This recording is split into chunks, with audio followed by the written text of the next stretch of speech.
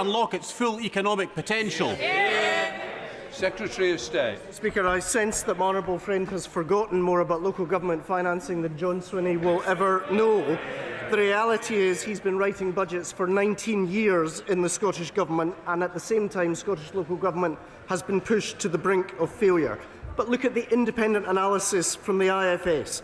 That shows that Scottish local government and finance is set to see reductions averaging 2.1% a year in real terms, which would require each Scottish council to increase council tax by around 8% just to hold budgets constant.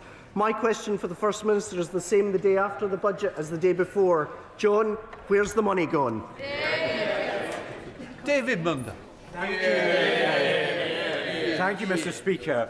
The Secretary of State will know that the Borderlands Inclusive Growth Deal is a very important factor in driving growth in the south of Scotland, and I'm looking forward to speaking to the Minister next week about the deal. But such deals, the importance is getting the money out the door.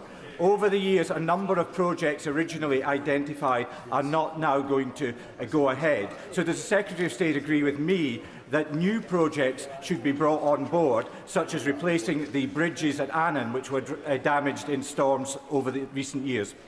Secretary of State. So, Mr. Speaker, of course I know from his own expertise and understanding of his constituency the challenge in relation to Annan and the fact that the bridges were swept away in the floods. I can assure the right honourable gentleman that my officials are working closely with the Borderlands Inclusive Growth Deal partners to oversee our £65 million investment in projects in that area. The balance we are endeavouring to strike is to make sure that there is effective local leadership, but he makes a powerful case that we have not seen the delivery at the pace that he would have wanted and we would have wanted in recent years, and that's why I hope next week's meeting is a constructive and useful opportunity to discuss these matters. Dave Doogan. Speaker, the SNP delivered yet another ambitious budget for Scotland yesterday, which saw almost £1 billion for rates relief, £5 billion for energy and climate change, and a 10% uplift for Scotland's colleges. That's the SNP that have delivered 10.5% growth since 2007 compared to the UK's 5.1%. The question isn't what will the UK government do for Scotland's economy, but what will they do to stop damaging it? Secretary of State. Mr. Speaker, through the shouting I heard the claim that the announcement yesterday in the Scottish budget helped Scottish colleges. I had the opportunity to be at Forth Valley College last week. I simply invite the honourable gentleman to talk to the principal of Forth Valley College, or indeed West College, or any of the FE colleges across Scotland, and if the honourable gentleman wants to suggest for 1 second that the uplift announced yesterday touches the sides of the 20% cut that we saw previously, then it would be an interesting perspective. Look at the numbers, don't judge it on the rhetoric, judge the cuts that his government has delivered, and then come back and perhaps apologise to the young people of Scotland. Wendy Chamberlain. Mr. Speaker, business rates are crippling, particularly for hospitality in North East Fife, including hotels, and we know that we haven't seen the initiatives that have delivered business rate relief in Scotland as other parts of the UK. Now, the UK government may be U-turning on this issue, but would they consider a cut to VAT for hospitality so businesses across the UK can benefit? Secretary of State. So, Mr. Speaker, my initial glance at the Scottish budget that was announced yesterday suggests that there will still be significant uplifts in 2026 in terms of business rates across Scotland. That is a direct challenge to the claims that we've heard from the Scottish Government in terms of economic growth. And so I hope that, as well as continuing to advocate and make the case to the UK Government, she and her colleagues will take the opportunity to say Scotland's high streets are being let down by the Scottish Government, as surely as Scotland's public services are also being let down. Harriet Cross. Getting money back in people's pockets is vital for economic growth, but today the government has signed the country up to the highest energy bills for offshore energy for the next 10 years, and bills that we'll be paying for 20 years to come. Can the Secretary of State explain how this is going to get more money back in people's pockets to spend on high streets rather than just to spend on higher bills? Well, Mr. Speaker, let's actually start with the facts. Our auction today delivers new renewable power that is cheaper to build than operate than building new gas. Let me give you the figures. Here are the key facts. The cost of building and operating new gas, £147 per megawatt hour. The strike price we agreed today, average of £91. That means the price of wind we've secured is 40% lower than the cost of building and operating new gas power plants. It's simply not true. Jamie Stone. Thank you, Mr. Speaker. Tonight, millions of people will tune in to The Traitors, which was filmed at Ardross Castle in my constituency. Really, I should have put on my Claudia Winkleman eyeliner for this one. It's brought millions of pounds and jobs to the Highlands. So can I ask the Secretary of State what plans he has to encourage the screen industry to look at locations like Ardross Castle in Scotland? So firstly, Mr. Speaker, I defer to my Cabinet colleague, the Secretary of State for Health, in terms of his expertise and knowledge when it comes to The Traitors. He made a powerful case on television that he had watched the series and I then had to catch up subsequently. I would simply say Ardross Castle is a fantastic advert for Scotland, not simply within the castle but the scenes around it. I was talking only yesterday to my colleague, the Member of Parliament for Stirling, about the huge potential for the film industry in Scotland, and we stand ready with our colleagues in DCMS to do whatever we can to support Screen in Scotland. Brendan O'Hara. The Secretary of State talked about supporting economic growth in Scotland. Well, perhaps he should check in with the local authorities across the Highlands and Islands, who combined have received absolutely nothing from the UK Government's local growth fund. Life is tough enough for our rural communities, so this decision to exclude them from the local growth fund will only make things more difficult. So will he listen to the advice of the leader of Argyll and Bute Council, Councillor Jim Lynch, who desperately seeks that he rethink this allocation? Secretary of State. Mr. Speaker, I understand that the SNP's grievance machine doesn't run on facts, but let me introduce a few facts into the conversation. The Highlands and Islands are benefiting from more than £300 million in investments, including £80 million to support neighbourhoods through Pride and Place, and of course the £25 million for the Inverness and Cromarty Green Freeport. I can attest to that because I visited Inverness and announced it.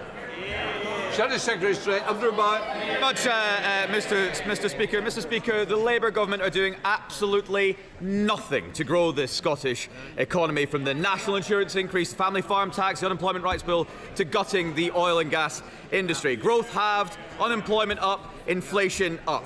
But not total incompetence. But not only are they incompetent, Mr. Speaker, they are weak. So weak that Scottish Labour announced they wouldn't oppose the SNP's budget before they even knew what was in it. Now, we know they aren't very good at government, but you would have thought, after all these years, they might have worked out how to do opposition, wouldn't you? Mr. Speaker, let's see whether the opposition frontbench agree with the opposition frontbench leader, because, of course, you don't need to take my word for it in terms of the complete chaos that was left by the last government. The present leader of the Conservative Party is the one who admitted they had, and I quote, no plan for growth. So we're not going to take any lectures from a party that delivered not just the Liz Truss budget, but an economy that was high in inequality and low in growth. Andrew Bowie.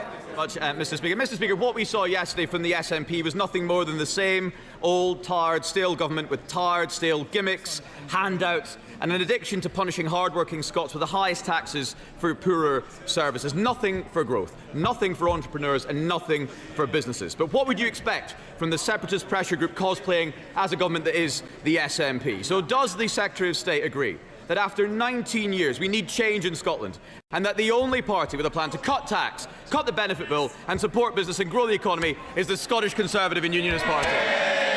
Secretary of State. Unsurprisingly, no. I half agree with them, which is that Scotland frankly deserves better than a government that after 19 years is claiming to be the change that Scotland needs. The reality is, when I'm on the doorsteps in East Lothian, I ask people inclined to vote SNP a single question. Name a single area of Scottish public life that has got better over the last 19 years. We've had 2 decades of talking about independence. What do we have to show for it? This isn't the change that Scotland needs this budget. The change we need is an As Sarwar and Scottish Labour. Susan Merritt, Liberal Democrat spokesperson. Thank you. Mr. Speaker, I'd like to congratulate the Government on the successful 7th round of the allocation of green energy and CFD contracts. nearly 20% of which are going to Scotland. It's good to see that even amid their U-turns, a Liberal Democrat system from over a decade ago is still delivering. What discussions has the Minister had with his Cabinet colleagues to ensure the benefits are passed on to the Scottish people through skilled jobs, working to upgrade the grid, and crucially through protecting and defending our offshore infrastructure? Secretary of State. Mr Speaker, I was last in touch with the Designated Secretary about an hour ago before Scottish Questions. I talked to him after the Cabinet and discussed these issues with him in the Cabinet. The choice, and it's a very serious question, it deserves a serious answer, the choice is not whether to build, but what to build, and our answer is clean homegrown power that we in the United Kingdom control. Our answer is that we should build new renewables because they are cheaper to build and to operate than gas. Stephen Gittins. Thank you, Mr Speaker. Mr Speaker, can I wish the Secretary of State the best for 2026? I'm glad that he caught the traitors, because I have to say I'm so sorry to have heard the language that was being used about Scottish Labour MPs by Labour MPs in the press recently. So I wish him the best. But can he tell me the best way to improve our lives and our economy? Why is Scotland the only part of the UK where child poverty is going down? Well, in part, child poverty is going to be falling because of the 95,000 kids that we helped by abolishing the two-child cap. It is not a coincidence that on a single afternoon, our Chancellor of the Exchequer took the mantle from Gordon Brown as being the politician who lifted the most kids out of poverty across the UK in a single parliament. Gordon Brown had taken that mantle previously from Dennis Healey. It is not a coincidence that Labour Chancellors lift kids out of poverty. That's what we do, and we're proud of it. Take the Secretary of State a little bit more seriously if so many Labour MPs hadn't lost the whip for backing our vote on tackling the two-child cap. Now, the Scottish Child Payment has been described as game-changing. That's been extended to babies to get additional funding, meaning that those from deprived communities in Scotland get the best start in life anywhere in the UK in Scotland. So why on earth are the Labour Party abstaining on the budget? And just as the Prime Minister turns up, maybe the Labour Party can explain why they abstain and why they don't stand for anything. Because, Mr Speaker, we're not spending our time indulging in the games of the opposition. We're getting on with the serious job of government.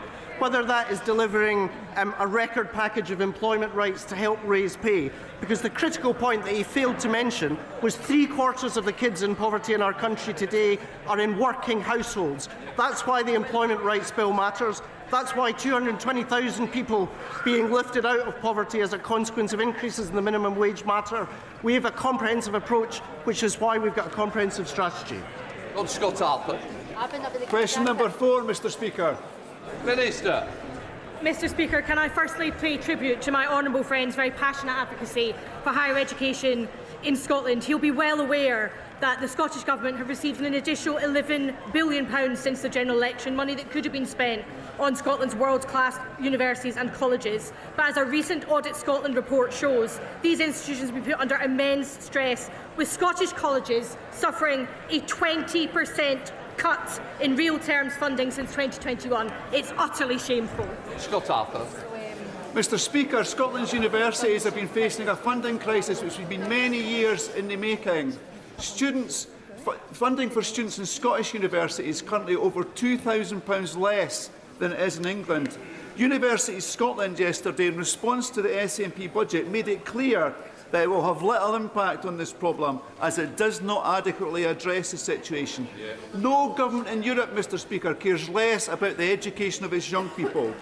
Will the Secretary of State or the Minister make time to visit Heriot Watt University in Edinburgh South West, to meet with the Vice-Chancellor, Richard Williams, the staff and the students to hear about the impact of this situation? Mr Speaker, I agree with my honourable friend that Scotland's young people have been appallingly let down, which is why it's time for a new direction. I would, of course, be delighted to meet with him and Heriot Watt representatives to discuss Scotland's desperate need for a new direction. Right, we now come to Prime Minister's questions. Lincoln Jopp. Question number 1, Mr Speaker. Very well done. Mr Speaker, can I start by condemning, in the strongest possible terms, the sickening repression and murder of protesters in Iran. The contrast between the courage of the Iranian people and the brutality of their desperate regime has never been clearer. Mr. Speaker, we've called out this brutality face to face. We're working with allies on further sanctions and doing all we can to protect UK nationals. Mr. Speaker, time and again under the party opposite, towns and cities across the north were failed. Today, this Labour government delivers change. A major new rail network across the north and a new northern growth strategy. That is the renewal that this country voted for. This morning I had meetings with ministerial colleagues and others. In addition to my duties in this House, I shall have further such meetings later today. Thank you, Mr. Speaker. And can I associate myself with the Prime Minister's remarks, particularly about Iran? Visiting schools in my Spelthorne constituency is one of the great joys of this job. So I was frankly appalled to hear that the Labour Member of Parliament for Bristol North East was prevented from visiting a school in his constituency because he is Jewish. This is anti-Semitism and it is happening in plain sight. With all due respect to the Prime Minister, I don't want to know how he feels about this. I want to know what he's going to do about it. Prime Minister. Can I start by thanking him for raising this case, because it is very serious, very concerning. And all members of Parliament should be able to visit anywhere in their constituency, schools or other places, without any fear of anti-Semitism. We do take this seriously. We're providing more funding for security and support we're putting in across the country, and we will be holding those to account who prevented this visit to this school. Annalise Midgley. Thank you, Mr. Speaker, and I'd like to thank the Prime Minister for his commitment to delivering the Hillsborough Law. But it has been proven that following the Manchester Arena bombings, MI5 spent 6 years misleading the public and concealing information. There was no risk to national security because it was a closed hearing. So will the Prime Minister deliver justice for those families and confirm that this government will bring forward an amendment that will make robust the duties and responsibilities of candour for all parts of the state, including individuals in the security services, so we can finally say, never again? Prime Minister. Can I thank my honourable friend? The Hillsborough Law will right wrongs of the past, changing the balance of power to ensure the state can never hide from the people it should serve. And I would like to acknowledge, Mr. Speaker, I think some of the families are in the gallery with us here today, and I will be meeting them later on this afternoon. I've always been clear the duty of candour applies to the intelligence services. I made a commitment we wouldn't water down the bill, and the amendments we put forward strengthen it. It is right that there are essential safeguards in place to protect national security, and we've got that balance right. I will meet the families and will outline the next steps on Monday in relation to that crucial balance. We come to the Leader of the Opposition, Kemi Badenoch. Thank you, Mr. Speaker. And can I agree with the Prime Minister's comments on Iran?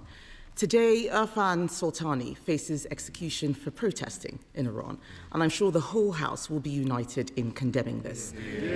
Our thoughts are with him and his family and the brave protesters fighting for their freedom against an evil regime. Mr. Speaker, I know the Home Secretary will be making a statement today on the West Midlands Police. The first thing that she should be announcing is the sacking of the Chief Constable. And I thank the member for West Suffolk for relentlessly pushing this issue. Mr. Speaker, can I welcome the Prime Minister's latest U-turn? I feel like I say that every week. Mandatory digital ID was a rubbish policy, and we on this side of the House are glad to see the back of it. But yesterday, the Health Secretary said the Prime Minister's New Year's resolution should be, and I quote, to try to get it right first. To try to get it right first time.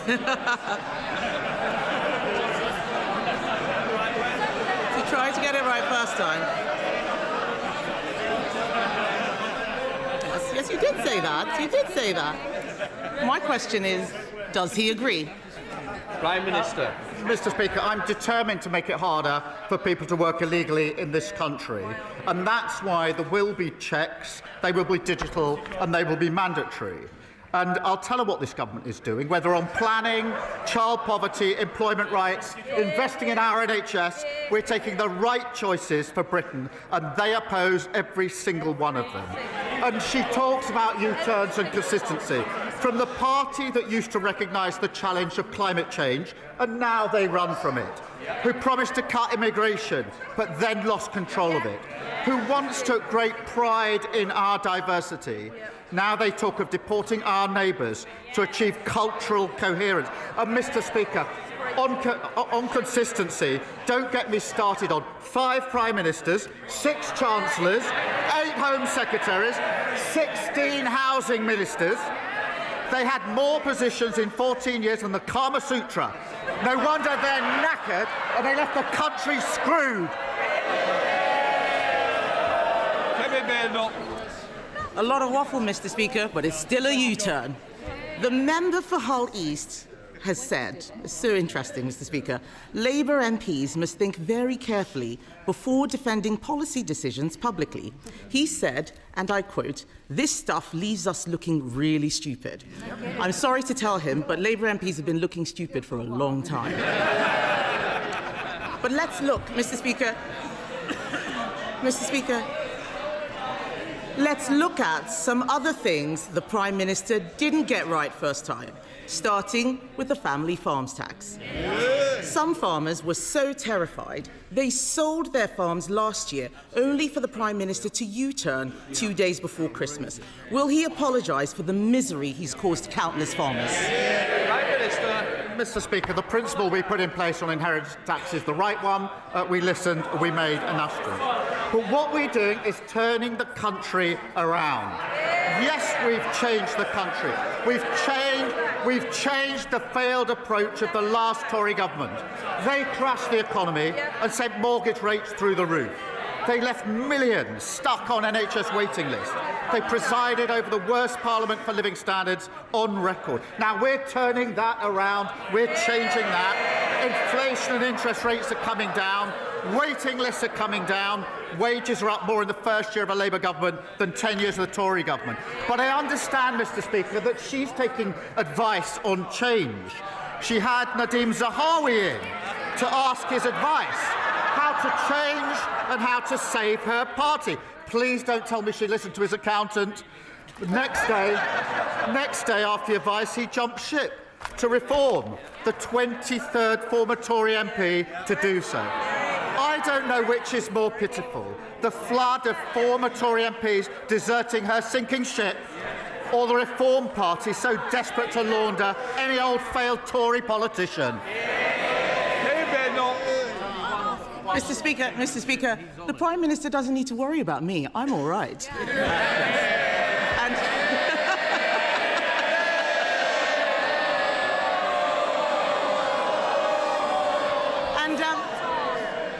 And I didn't hear an apology. I didn't hear an apology to the farmers.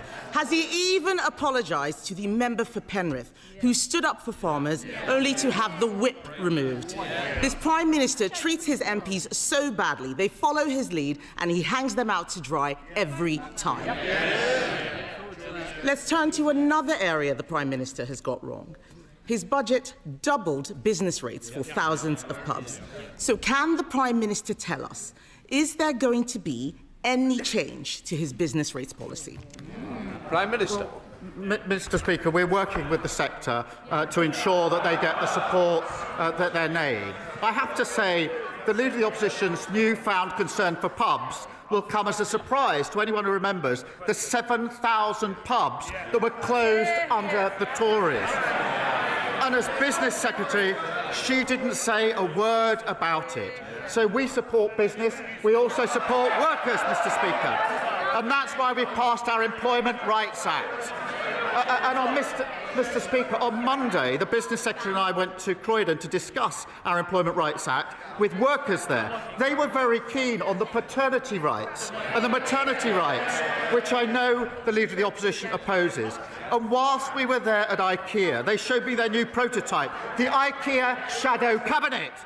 The trouble is, nobody wants to buy it. It's mainly constructed of old dead wood. And every time you lose a nut, it defects to reform. Badenoch.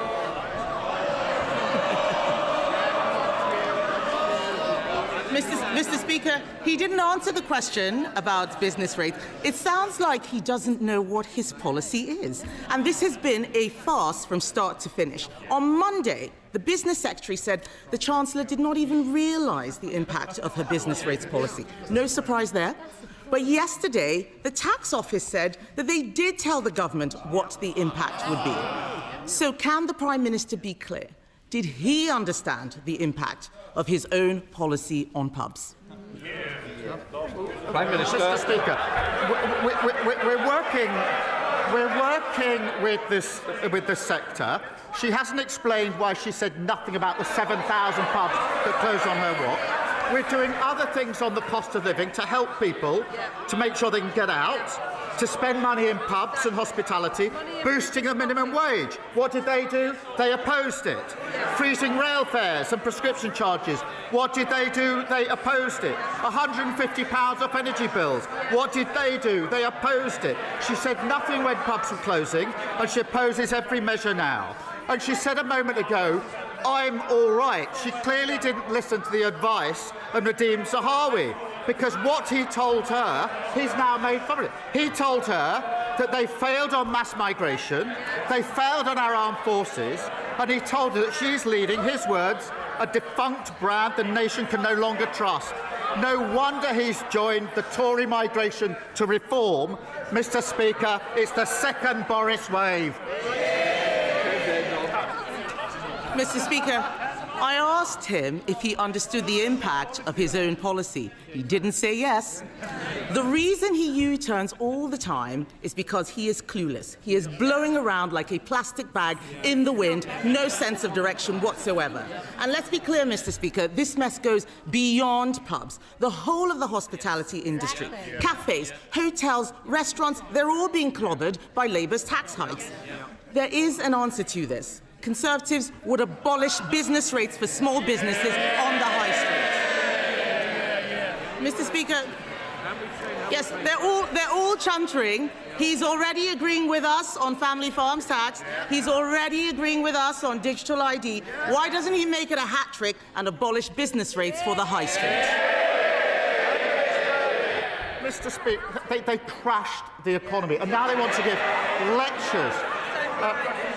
She's wondering why nobody's listening to them. Nobody is ever going to listen to them on the economy ever again. Mr. Speaker, in 18 months, because of the decisions we've made, inflation is falling, and the Bank of England say it's coming back down to target. We've had 6 interest rate cuts in a row. Wages are up more in the first year of a Labour government than under the first 10 years of their government, and we beat the forecasts on growth for 2025. We're turning this country around after the appalling mess that they left it in. Kemi Badenoch. He says no one's going to listen to us. Who's going to listen to him? The winter fuel allowance, U-turn. Waspy women, U-turn. The 2-child benefit cap, U-turn. Grooming gangs inquiry, U-turn. The family farms tax, U-turn. Digital ID, U-turn. Jury trials? U-turn. We hope so. We hope so. I think that's going to be the next one, Mr. Speaker. Week after week, these poor people sitting behind him have to defend the indefensible, only for him to U-turn a few days later. Mr. Speaker, one of his cabinet ministers told a journalist that what's happening at the moment is extraordinarily bad. Another said we've gone through a catastrophic series of missteps. Yet another minister said, we are so unpopular at the moment, I've come to the conclusion it's worth rolling the dice on a new leader. They're right, aren't they? Mr. Speaker, here's the difference. I changed my party, and that's why we stand here with a majority Labour government. She sits there with her party that lost 2/3 of their MPs at the last election, and she's losing more every week. They're queuing up to join the member of Clacton's laundry service for disgraced Tory politicians. Meanwhile, inflation is down, wages are up, and waiting lists are down. Labour's turning the corner and changing this country for the better. Thank you, Mr. Speaker. Mr. Speaker, I'm sure you will agree, and I hope others across the chamber will also, that we need to recognise and to celebrate achievements. And I say this because across the country, knife crime offences is going down. And of course, more needs to be done and more should be done. But this week's figures have shown that London has had its safest year ever under the London Mayor Sadiq Khan. And in fact, homicide rate in London is the lowest ever since records began. Now, Mr Speaker, Reform and the Conservatives repeatedly talk down our capital city. So will the Prime Minister join me in saying they are wrong, and will he applaud these achievements? Well, she draws attention to the important work of the Mayor of London, and nobody should be talking our country down or talking London down. And she's right to say that since we came into office, the number of knife crime offences is down. But, Mr Speaker, there is more to do. We're introducing new powers to seize knives and increasing the penalty for selling knives to under 18s. And the party opposite, what did they do? They're chuntering. They voted against those provisions. And what's obvious about London and Reform is they've got a candidate for mayor who doesn't like London, a new ex-Tory recruit who struggled to pay his taxes in this country, and a leader who spends more time in France than in his constituency. Sir Ed Davey, leader of the Liberal Democrat. Thank you, Mr Speaker. Can I associate myself and my party with the Prime Minister's comments on Iran? And can I encourage him to go even further on sanctions and also prescribe the IRG? Mr Speaker, Sandra is 71. She has bladder cancer. Just after Christmas, she went into her local A&E. She had to wait 31 hours to be admitted on a plastic trolley and in a plastic chair. Last year, more than 500,000 people waited for over 12 hours in A&E to be admitted, more than any year in the history of the NHS. Mr Speaker, this corridor care crisis was created by the Conservatives, but it's got worse under Labour. So will the Prime Minister end this scandal by taking up our plan to end all 12-hour A&E waits this year? Prime Minister. Can I first say through him to Sandra that that's simply not acceptable for her or for anybody else, and I'd appreciate if he passes that on to her directly. We have put record investment into the NHS so we can turn this problem around, and we are turning it around. I would say to him that he puts forward his plans for change, but he never votes for the increase in investment and the measures that are needed to actually put that into practice. You can't change things without investing in them. You can't call for change and vote against a budget that puts a record investment into the NHS. Sir Ed Davey. Mr Speaker, we saw what happened to the last government when they failed to improve the NHS, and if the Prime Minister is not careful, that will happen to his. Mr Speaker, last month I asked the Prime Minister to get a grip of South East Water, who'd left thousands of people in Royal Tunbridge Wells without water. Now it's happened again, not only in Tunbridge Wells, but in East Grinstead, Burgess Hill, Haywers Heath, and other parts of Kent and Sussex. Families, pensioners, schools, care homes, businesses without any water since Saturday. And the water company bosses involved now stand accused of misleading Parliament over their failures. Mr Speaker, South East Water keeps failing its customers over and over again. So will the government immediately strip them of their licence? Prime Minister. Can I thank him for raising this, because the situation is clearly totally unacceptable. He will want to know that ministers have chaired daily emergency meetings to hold the company to account, to deliver on the change that's urgently needed at the moment in all the areas that he mentioned. We've also doubled the compensation rates for individuals and businesses, and we're absolutely clear the company must urgently invest in infrastructure, and we'll publish the Water White Paper in due course, but we are holding those daily meetings to hold this company to account. Dr Maria Timble. Thank you, Mr Speaker. I'm delighted by today's Northern Powerhouse Rail announcement. A down payment statement on the north of England's future.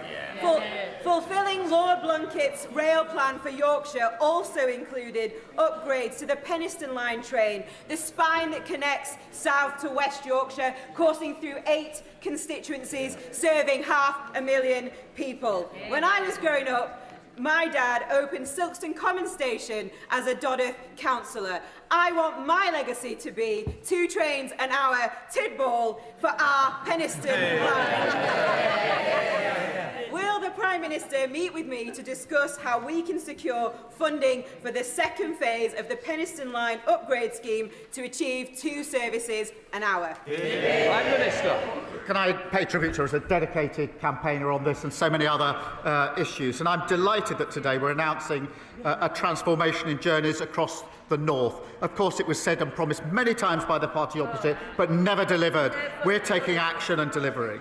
We're working Kirklees Council to prepare the business case for the first phase of upgrading the line, and I know the Transport Secretary would be happy to discuss the details of that with her. Robin Swan. Thank you very much, Mr Speaker. At question time last week, the Prime Minister seemed to intimate that the Government was bringing forward amendments to the Northern Ireland Troubles Bill. Within hours of him saying that, the Irish Government's Minister for Foreign Affairs said that any significant changes must have the full agreement of both governments. So, Mr Speaker, can I ask the Prime Minister, is he intending bringing forward amendments to a flawed Troubles Bill and give a reassurance that the Irish Government does not have a veto over legislation in this House? Prime Minister. Can I thank him for raising this and tell him I spoke to the Taoiseach in December about this, and I know he's committed to delivering on this. The new legacy unit has been established within the Garda, and I'm confident the Irish Government's other commitments will be delivered as set out in the joint framework. For the first time, information held by the Irish authorities is being shared with a reformed Legacy Commission, meaning more families and victims of terrorism getting information about what happened to their loved ones. Glendon. Thank you, Mr Speaker. I welcome the Prime Minister's leadership and our government's clear commitment to tackling child poverty, recognising that high-quality education is one of the best routes out of poverty. However, young people in one of the most deprived areas of my constituency, attending Churchill Community College, have been taught in temporary accommodation for over 16 months. Can the Prime Minister use his good offices to expedite funding from the Department for Education to support rebuilding this school? Prime Minister. Can I say I'm very proud of what we're doing on child poverty, lifting 500,000 children out of poverty. The party opposite says their policy is to plunge them straight back into poverty, and they should be ashamed of that. The situation she draws my attention to is appalling. Parents and teachers are furious that the party opposite left schools literally crumbling. We invested, Mr Speaker, £20 billion to rebuild around 800 schools, and our aim is all schools and colleges in England that aren't being fully or substantially rebuilt to be rack-free by the end of the Parliament, and I'll make sure a Minister meets with her to discuss this. Morrison. Thank you, Mr Speaker. I visited Stepping Hill Hospital in my constituency, where I met the incredible team there, but they are working in some of the worst conditions. The staff there showed me the wards where sewage is coming up onto the floors through the drains, and they showed me the ceilings where water is dripping down out onto vital equipment. The hospital itself has a £130 million repair bill, and the Prime Minister is the man that can change this. So will he meet with me, the member for Hazel Grove and the member for Stockport constituency, so we can talk to him about this issue, get some investment in, and then get the hospital that my constituents deserve? Prime Minister. Well, I thank him for raising this, and he knows we inherited a terrible situation with waiting lists, performance targets missed, and hospitals like Stepping Hill left to crumble. They should be absolutely ashamed of themselves.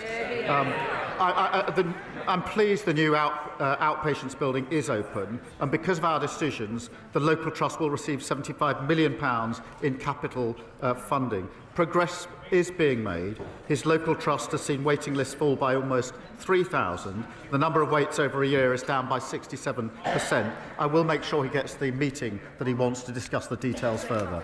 Emily Darlington. Thank you, Mr Speaker.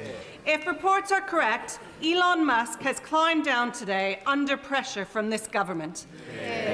And let's be clear, stripping women naked without consent in real life or online is abuse. But we don't know whether to trust what X is saying today, and this isn't just happening on X. So will the Prime Minister join me and men and women across this House and our nation to say to any app and to any AI company that we will not tolerate and we will enforce any abuse of men, women or children in this country? Can I thank her for raising this? The actions of Grok and X are disgusting and they're shameful. And frankly, the decision to then turn this into a premium service is horrific. And we're absolutely determined to take action here. We've made it clear that X has to act, and if not, Ofcom has our full backing and will introduce and are introducing legislation. Mr Speaker, to update the House, I have been informed this morning that X is acting to ensure full compliance with UK law. If so, that is welcome, but we're not going to back down. They must act. We will take the necessary measures. We will strengthen existing laws and prepare for legislation if it needs to go further. And Ofcom will continue its independent investigation. As someone with a personal experience of AI-generated images, the recent AI images shared on X, particularly those of children, sickens me. Yet, the leader of Reform continues to defend Elon Musk. Anyone who defends platforms linked to sexual exploitation of children forfeits any right to give lectures about protecting women and girls. What will the Prime Minister do to stop any political party from putting tech billionaires ahead of protecting our children? Can I thank her for raising this? And it's astonishing that Reform defend Musk on this issue. It is complete. I said the images are disgusting. Their position is disgusting on this. This is weaponising images of women and children that should never be made. And that's why we're acting. Reform refused to do anything about it. But more than that, the point she raises, they would scrap the Online Safety Act that stops children accessing content like pornography, suicide, self-harm and eating disorders. They're an absolute disgrace and know nothing about protecting children. Can I just say, we're only on question 18. If we don't want to get MPs in, please, you're going to have to work with me. Kemi Badenoch. Many of my constituents and Stevens were appalled to hear Reform MPs oppose the principle of deploying British troops to maintain a peace in Ukraine. Our brilliant armed forces have defended democracy in Europe across a generation, so it is shameful that the leader of Reform opposes that today. That is not leadership, it is surrender. Does the Prime Minister agree that Labour governments always have and always will defend British interests, not those of Russian dictators or oligarchs? Mr Speaker, this is a question of values and freedom, and I'm proud of the British workers in his constituency, in fact, supporting our Ukrainian allies. Ukrainian soldiers are defending European values on the front line every day. And, Mr Speaker, in the event of a ceasefire, multinational force will carry out defence and deterrence operations and conduct training, planning, recovery and regeneration of Ukrainian forces. But this week, the leader of Reform said Russia had a casus belli. That means a justification for war in invading Ukraine. A Putin apologist using Russia's talking points. Lewis Cocking. Thank you, Mr Speaker. The world is becoming more dangerous every single day, and the Ministry of Defence has said it needs an extra £28 billion to keep us safe. Well, I know where the Prime Minister can find it. Stop this nonsense Chagos Island surrender policy and spend that money on protecting the United Kingdom. Will the Prime Minister commit to that, or will he continue to put the interests of foreign governments and countries above our own? Diego Garcia is a vital military base with important capabilities for our own. It's integral to our security. Our decision was welcomed by our allies, the Five Eyes, India and the United States. It was opposed by our enemies, including Russia. Now we can add the Tories to that list and reform to that list. The Tories following reform, reform following Putin. Yasmin Qureshi. Thank you, Mr. Speaker. Mr. Speaker, I would like to offer my condolences to the families of the 4 people who died in the road traffic accident which occurred over the weekend in my constituency. Mr. Speaker, families in Bolton South and Walkden are already benefiting from this Labour government's action on free school meals, free breakfast clubs, 30 hours funded childcare, scrapping of the 2-child limit, taking nearly 500,000 children out of poverty. But in Bolton South and Walkden and across the country, there is a chronic shortage of social housing and genuine affordable homes. Will the Prime Minister now show the same ambition on housing and commit to a major expansion of social housing? Prime Minister. Can I just say that my thoughts, and I think the thoughts of the whole House, will be with all those affected by the terrible road traffic accident in her constituency over the weekend, and our thoughts with all of those so awfully impacted. On her question, we are determined to restore the dream of home ownership. That's why there's been £39 billion of investment to deliver the biggest boost in social and affordable housing in a generation. Through planning reforms, the New Homes Accelerator and New Towns, we're determined to deliver the homes that people need. Not Luke Evans. Thank you, Mr. Speaker, and I welcome the Prime Minister's commitment to the violence against women and girls strategy, but I and many have concerns about stigmatising young boys, men and masculinity as inherently toxic, especially when suicide is the #1 killer for young men. So is it about time that we have a Minister for Men and Boys? Because this is about women and men, not women or men. Prime Minister. Can I thank him for his support on what we're doing on violence against women and girls?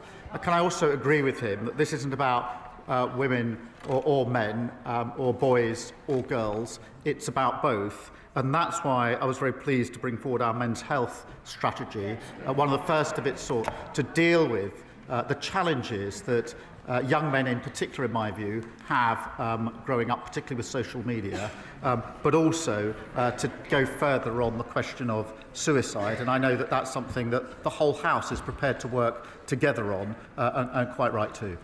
Caroline Harris. Thank you, Mr. Speaker. As trade envoy to New Zealand, last year I visited Eden Park in Auckland to hear their exciting plans to bring the Edinburgh tattoo to New Zealand. Well, next month that plan becomes a reality, and one of Scotland and the UK's greatest military displays will be taking place in Auckland.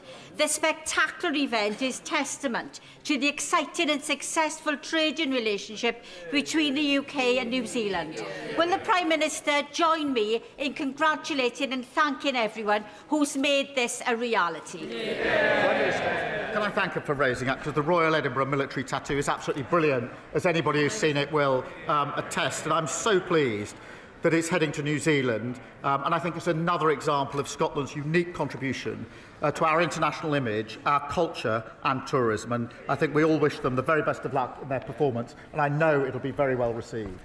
Timothy. Thank you, Mr. Speaker.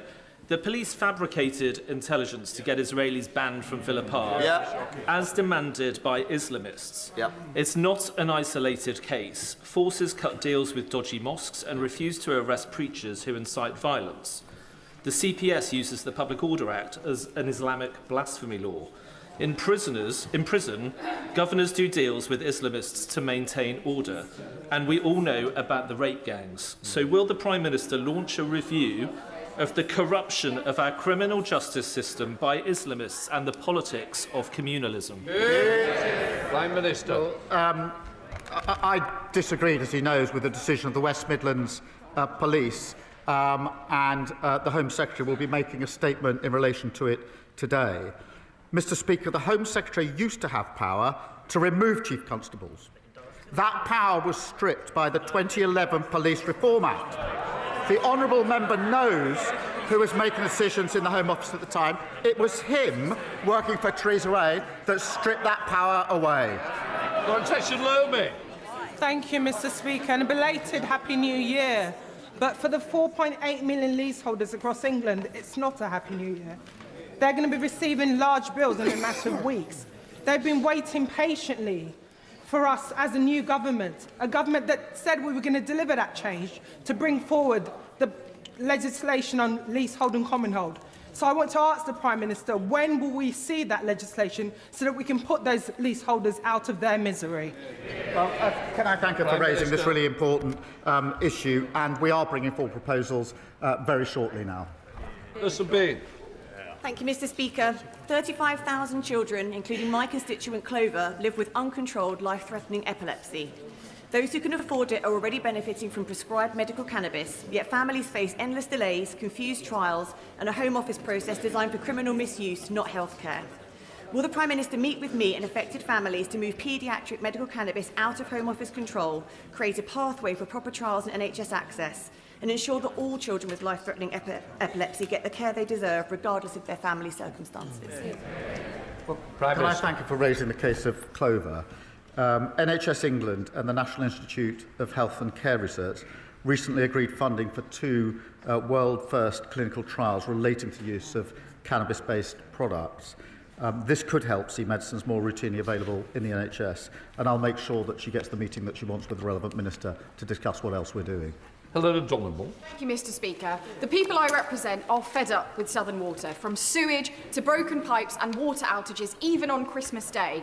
In November, millions of plastic beads washed up on our beaches, and we discovered they'd come from a Southern Water treatment plant. I'm now campaigning for water companies to stop using this outdated plastic bead method and bin the beads. We're really concerned about the impact on wildlife, and we have a massive clean-up operation on our hands. Over 5,000 people have already supported my campaign with Sussex Wildlife Trust. Will the Prime Minister join me in sharing his horror at this dereliction of duty from Southern Water and calling on them to face the full force of the law for this terrible pollution incident? Can I credit her with helping expose this scandal and working with her and everyone in her community, volunteering to clean up the beaches? That is the very best of who we are. But people are right to be furious that for far too long water companies were allowed to get away with polluting our seas and beaches. The Environment Agency are leading a full investigation, but we are more generally ending unfair bonuses for polluting water bosses, abolishing Ofwat and introducing tougher penalties, holding companies to account. Been a best objective. Mr. Speaker, ahead of the forthcoming consultation on local government reorganisation, last month Huntingdonshire District Council voted for option E, a Huntingdonshire Unitary Council. This was a cross-party view, and the Prime Minister's own Labour councillors voted in favour of it. There is a suspicion locally that the government favours option D, proposed by the Labour Eastern Regional Office, which would see Huntingdonshire and my constituency split in two and combined with Peterborough. Can the Prime Minister offer assurances to my constituents and those across Huntingdonshire that the decision isn't already a done deal and that the democratic will of Huntingdonshire District Council won't be overridden to satisfy an unelected Labour regional office? Prime Minister. There are no done deals here. We're going through the proper process. Thank you, Mr. Speaker. The staff at West Herts Teaching Hospitals Trust, which operates Watford General in my constituency, have been very busy bees. They have recently won Trust of the Year and Performance Recovery at the 2025 Health Service Journal Awards. Will the Prime Minister join me in congratulating the amazing team at Watford General and thank them for all the hard work that they have done to achieve this admirable accolade? Imagine what further achievements that they will make when they have their new hospital and new facilities. I will join him and thank the staff in his hospital, but also the NHS staff across the country who worked so hard over Christmas and New Year, which is notoriously a difficult time. That completes Prime Minister's questions. Let the front benches change over.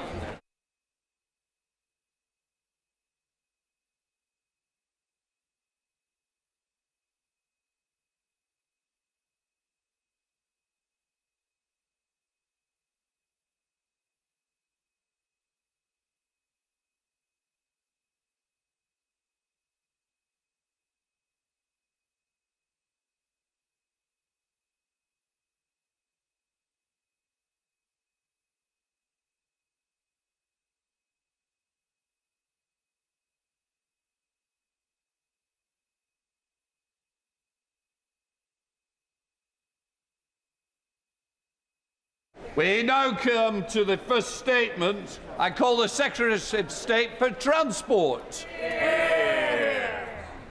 Mr Speaker, I'd like to make a statement on the Government's plans for Northern Powerhouse Rail. I realise I'm not the first Minister ever to talk about transforming infrastructure in the north of England. I get why people there are sick to the back teeth of Westminster politicians promising the earth and delivering absolutely nothing.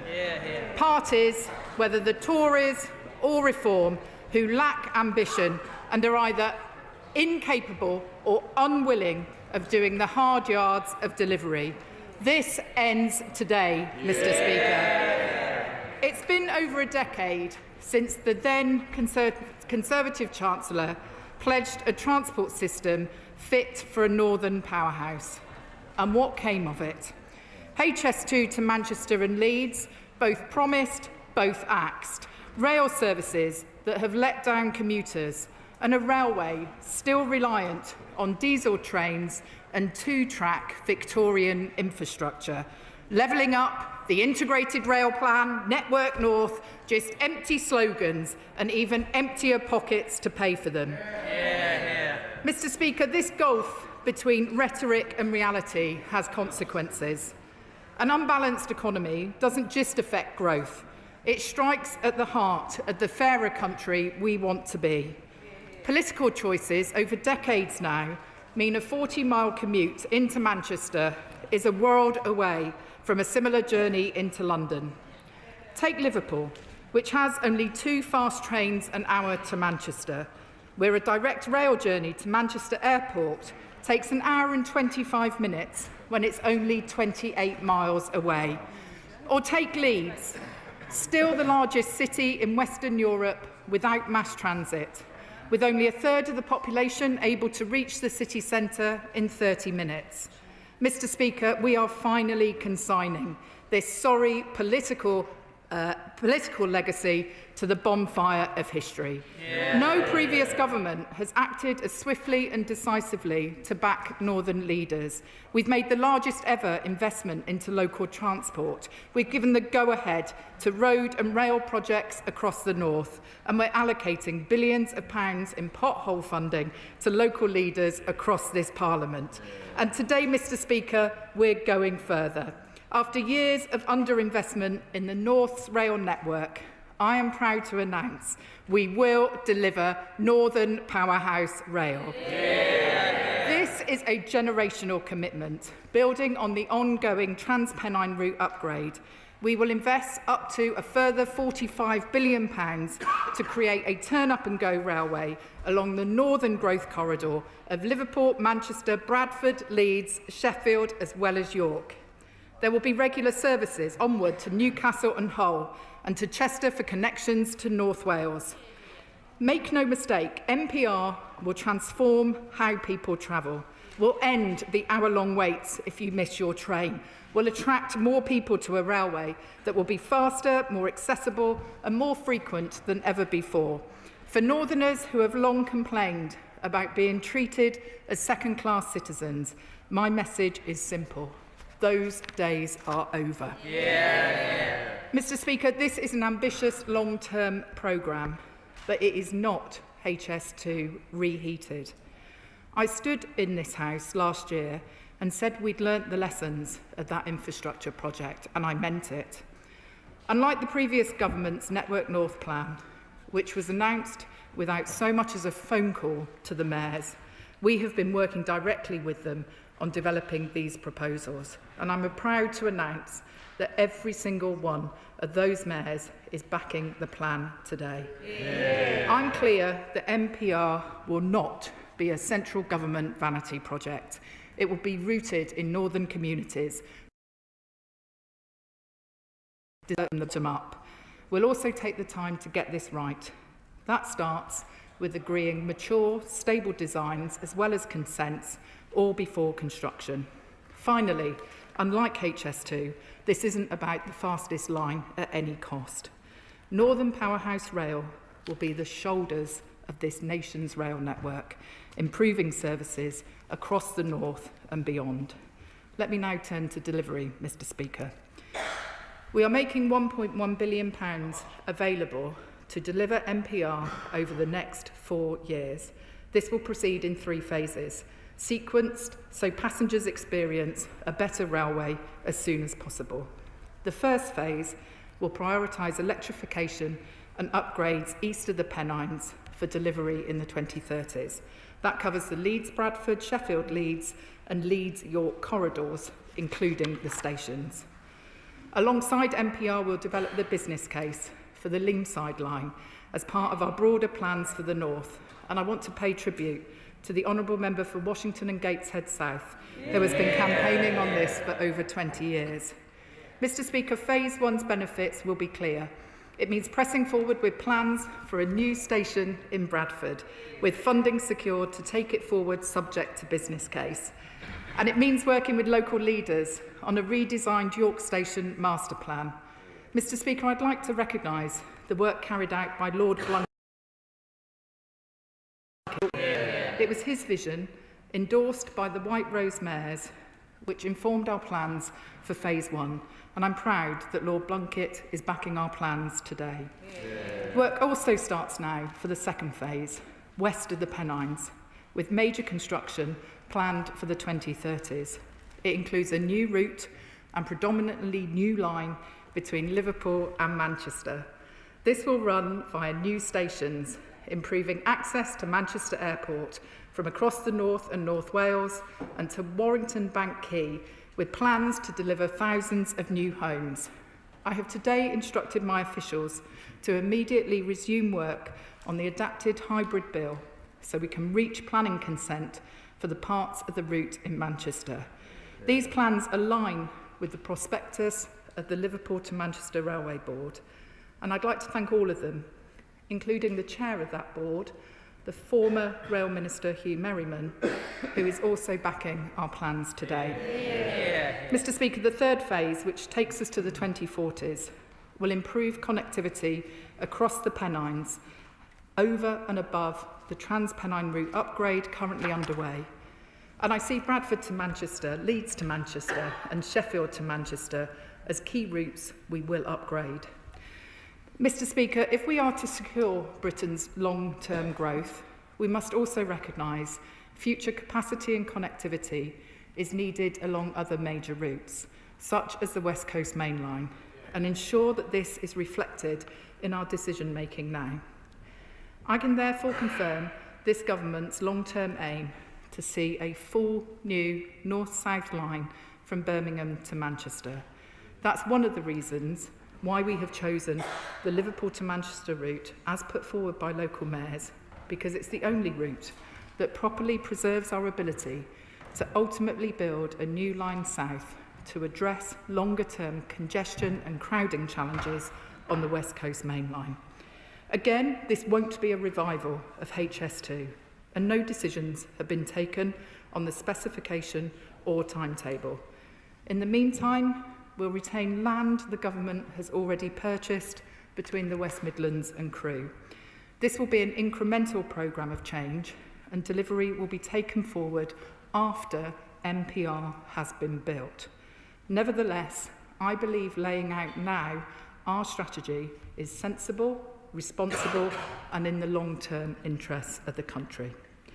Mr Speaker, today we're announcing a second rail revolution in the very region that gave us the first. The North powered Britain's past. It can lead this country's future. This plan is a down payment on the North's potential, part of a broader growth drive to lift the region's productivity, boost living standards and add tens of billions to the UK economy. At the heart of this lies connectivity, because only by strengthening the links between our northern cities, only by bringing the pools of talent there closer together, can the region begin to rival the other major growth corridors in Europe. Mr Speaker, too many northerners still face the choice of either staying at home and putting aspiration on hold or moving away in search of a better future. I say no more unfair choices, no more missed opportunities. Today we start delivering Northern Powerhouse Rail, and I commend this statement to the House. May you Shadow Minister. Much, Mr. Speaker, and may I thank the Secretary of State for advance sight of her statement. Now, she started her statement by saying that people are sick to the back teeth of Westminster politicians promising the earth and delivering absolutely nothing, and then she did exactly that. Because on this side of the House, we know, Mr. Speaker, what the Right Honourable Lady's statement marks today. It's not a strategy for the North. It's not a genuine commitment to a £46 billion project, costed back in 2019 at £46 billion, as the current Prime Minister then promised. Instead, it's a flagrant attempt to silence her party's restless northern mayors, whilst Labour ministers who came to office with no plan to deliver on their promises butcher the budget. Let's get straight to the point here. She can bluster all she likes, but where Northern Powerhouse Rail is concerned, today we have no construction start dates, no completion dates, no published or costed route map, no sequencing, no idea who will pay, nor by how much, and no certainty at all, except it won't be what Labour promised ahead of the election. She says, Mr. Speaker, this is a generational commitment. Well, at this rate, it's going to turn out to be a multi-generational commitment. Because if the Prime Minister wanted to deliver what he actually promised in opposition, he knows he'd have another black hole of billions. Such is the uncertainty, the genuine uncertainty caused to the sector by this announcement. What we have, Mr. Speaker, is a commitment to fiddling with the paperwork without any secure investment for the actual project.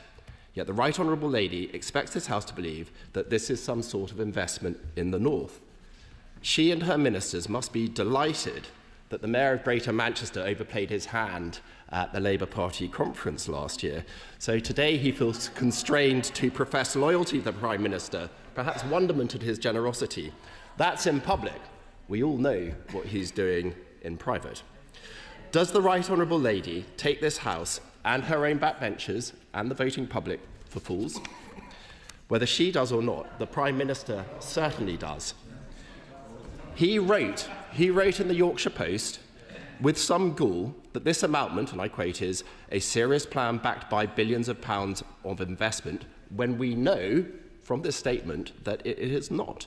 Can the Right Honourable Lady confirm how a £45 billion cap on a scheme that was costed way more expensive than that back in 2019 can possibly deliver projects which are already estimated to be so much more than that value? What guarantees exist that schemes will be completed in full, and when this House will be finally given the detail that it deserves? Because perhaps she ought to remind the Prime Minister what he told the Yorkshire Post back in 2019, promising to deliver Northern Powerhouse in full. Today's announcement offers nothing better than dither, delay, and a further decade away from spades in the ground. How can she and the Prime Minister pretend that this is the delivery of Northern Powerhouse Rail when it is anything but that? By their own admission, no budget has been set out. The cap in funding gives no confidence that funding which will have to be raised from the private sector or through local taxes is in place. So can she tell the House which local taxes will have to rise and by how much to fill the gap created by her own £45 billion cap? I know she, like me, cares deeply about ensuring Parliament is told the whole truth. But perhaps on this occasion it is the Prime Minister himself who should be lauded today when he said, time and again, that the cuts and downgrades this government has foreshadowed today represent nothing more than, and I quote, a betrayal of the North. So I ask the Secretary of State, isn't it the case that this is a strategy from a desperate government to make a cut appear an investment, an attempt to save face with the British public, to spend months and months hiding their mealy-mouthed plans, only to reveal them with bluster and misplaced confidence, is a sad indictment of a sorry government. To come to this House today without dates, budgets and a plan for how to raise shortfalls after the cap is frankly pitiful. To spin this as a plan for the future is a disgrace, and one of which she should be ashamed. She cannot escape the facts that her party came to power with no plan on how to deliver on their promises, and their complete ineptitude at managing the public finances means they're now having to U-turn even on those promises. If the Metro mayors and backbenchers had any backbone, then rather than genitalously jostling for position under the next Labour leader, today they'd be acknowledging the truth in what I've said and calling out this betrayal. Secretary of State. Very underwhelming. Mr. Speaker, I can't believe what I've heard, to be honest. I mean, I know he's standing in for the Shadow Transport Secretary today, but really I hoped he would have done a little bit better than that. He talks about no budget being set out. We have set out £1.1 billion to be spent over the next 4 years, far more than his government ever spent on Northern Powerhouse Rail in the 14 years they had an opportunity to make improvements to the rail network in the north of England. If that's the way they approach basic maths when we're spending over £1 billion, I can see why the public booted them out of office at the last election. Mr. Speaker, we are working in collaboration with local mayors, and we have agreed with local mayors that where they see opportunity to boost economic growth beyond the core scope of the Northern Powerhouse Rail proposals, we will work with them to agree local contributions so the full benefits of this investment can be realised. Mr. Speaker, more generally though, I think this was a classic case of the honourable gentleman writing the questions without listening to the announcement. We are delivering Northern Powerhouse Rail in full. We have set out our plans in full, we are funding NPR in full, and we will deliver it. He mentions the previous government and their aspirations. Let me remind the House of what that actually amounted to. The plan that got the location of Manchester wrong on a map. The plan that promised new tram lines that had already been built. The plan that diverted funding away from the north to fix potholes in the south. That plan was not worth the paper it was written on, and so we'll take no lessons on this from the party opposite. But if he won't listen to me, maybe he'll listen to the people who run our great city regions in the north. The mayors of West Yorkshire, South Yorkshire and North Yorkshire said we welcome the government's once-in-a-generation commitment to improving transport across the north. The mayor of the Liverpool City region said after more than a decade of dither, delay and broken promises, this is the start of a new era with a genuinely strategic approach and a government finally backing Northern Powerhouse Rail in full. The mayor of Greater Manchester said finally, we have a government with an ambitious vision for the north and a firm commitment to Northern Powerhouse Rail. And let me quote one more person. NPR is a project I've long championed, so it is excellent to see the government backing it in full.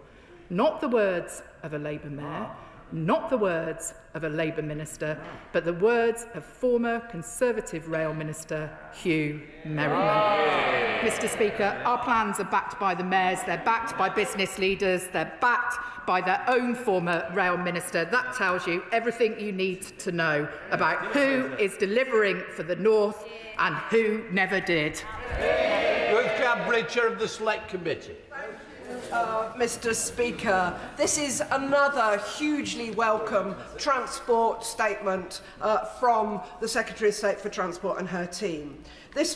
Today's announcement promises levels of rail connectivity for communities from Merseyside to Tyneside that will compare with that of the London travel to work area.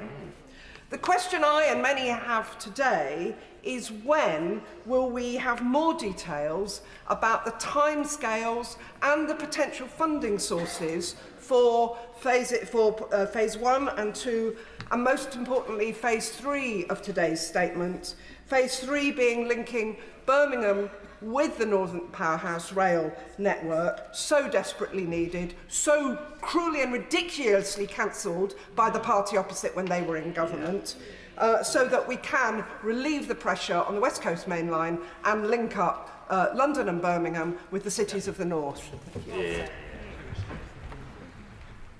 The Chair of the Transport Select Committee is completely right to say that the proposals that we're announcing today will deliver rail services for the north that are comparable to those in London and the South East. A turn-up-and-go railway where you can go to the station, not having to check the timetable before you go, because you know that a train will be there within a reasonable time frame. And you know that if you miss your train, you're not going to have to wait for an hour to get the next one. She's right to press me on timing about when more information is going to become available about the different phases. The first phase of improvement relates to the corridors into Leeds from Sheffield, Bradford and York. We will be progressing with urgency on those, as well as the plans for the new line between Manchester and Liverpool. Phase 3 of MPR relates to further transpennine improvements beyond the transpennine route upgrade.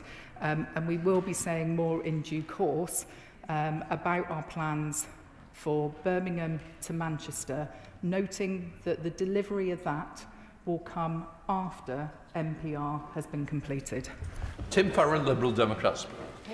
Thank you, Mr Speaker. I have read the statement and indeed listened to her carefully, and I'm very grateful for early sight of it. We are massive supporters of Northern Powerhouse Rail on these benches. But we actually have, all we have really concrete in this statement, is just over £1 billion, so we can spend the next 4 years planning to maybe come up with another plan. So the failure of the previous Conservative government to deliver infrastructure projects like this and HS2 was utterly depressing and embarrassing, but I hope she will understand the scepticism of many of us in the North, not just on these benches, who fear this government is being worryingly pedestrian too, lacking in the determination to deliver vital projects like these. High-speed rail for the North delivered at snail's pace if we are lucky. So my questions are, would I be right to surmise from her announcement that while we will see upgrades in the 2030s, which is a long time away still, we won't actually see trains running on the new track much before 2045? What confidence can she give us that we won't see even more slippage in that timetable? What guarantees can she give us that we won't now see a repeat of the Conservatives' approach of stop, start, stop, start, stop, start, cancel? And finally, of course, could I remind the Minister that the north of England does not stop at the M62? And while we are proud of our cities of Leeds and Manchester and Liverpool, the biggest visitor destination in the north of England is actually Cumbria. Yet there is not a single mention of either Cumbria or Lancashire in this statement. Nothing on the vital upgrades, needed to the West Coast Main Line north of Warrington, especially in the light of the recent derailment at Shap. And we still continue to wait for the government to invest in the all-important Lakes Line to Windermere, where a simple passing loop at Burneyside would double the line's capacity at a fraction of the cost of Northern Powerhouse Rail, directly connecting Manchester Airport to the heart of the English Lake District. Might the Minister agree to meet with me to discuss these vital projects to help prove this government's concern for the North includes the actual North? Mr Speaker, I can assure the honourable gentleman that we are getting on with this and we will see these improvements delivered. I don't share his cynicism that we will spend the next 4 years simply coming up with a plan. The £1.1 billion that has been allocated is for land acquisitions, it's for early preparatory works on the Yorkshire schemes. We will see delivery in the 2030s and passengers seeing benefits of some of those schemes. But what I won't do is make the same mistakes as the last government when it came to HS2, who let contracts before the scope of schemes had been finalised, essentially a free meal ticket for building contractors. We will take the time to do this properly, spend taxpayer money wisely. Of course, I want to see the delivery of rail infrastructure speeded up, but I also want to make sure that every single penny of money that this government spends is well spent. He asks about whether I can reassure him about the stop-start nature of plans being drawn up and then delivered. We have taken our time to come up with a credible, sequenced, prioritised programme of improvements in stark contrast to the previous government. And I can assure him that this is a plan for the whole of the north of England. And I'd also gently remind him, when it comes to Cumbria and our government's commitment, over £13 million investment from the Department for Transport in Carlisle Station, Cumberland with an £18 million multi-year bus funding deal, Borders Rail Viability Study, £10 million. So he should remember that we are investing across the north of England in improving public transport for the travelling public. Lucy Powell. Speaker, and it's nice to speak from the backbenches for the first time in a very, very long time. Can I strongly welcome this commitment to Northern Powerhouse Rail and the vision that underpins it? This will be game-changing for the North. After decades of underinvestment, poor connectivity and years of indecision by the party opposite, this really is going to transform lives. But does she agree with me that in order to ensure that long-term reliability, the capacity for generations to come, we have to solve the problem of Manchester Piccadilly Station finally having through capacity in an underground station, which will truly unlock the connectivity between Liverpool, Leeds or Sheffield and Manchester Airport and unlock the real potential of the whole regions across the north? I'm grateful to my right honourable friend for her contribution, and she talks about Manchester Piccadilly, and I'm reminded of the words of Mayor Andy Burnham, who has said to me that he sees the potential for Manchester Piccadilly as being a King's Cross for the north. I agree with her that we need to resolve the issue of throughput through that station, and I will be working very closely with the Mayor on plans for that station to ensure that we can unlock the regeneration that we are all united in wanting to see in the heart of the great city of Manchester. Robbie Moore. Thank you, Mr. Speaker. I've spent years fighting to ensure that Bradford is at the heart of the North's rail network, and therefore I very much welcome today's announcement. But after decades of empty promises for the North from Whitehall, my constituents also need clarity.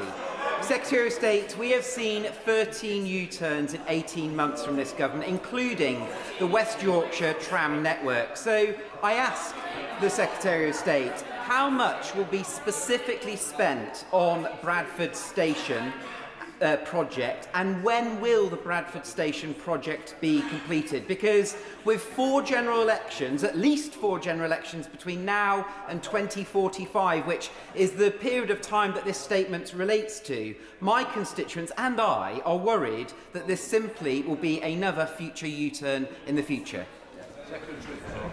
I can wholeheartedly assure him that this is good news for Bradford Station. I've been working very closely with Councillor Susan Hinchcliffe, the leader of Bradford Council, and of course Mayor Tracy Brabing, the Mayor for West Yorkshire.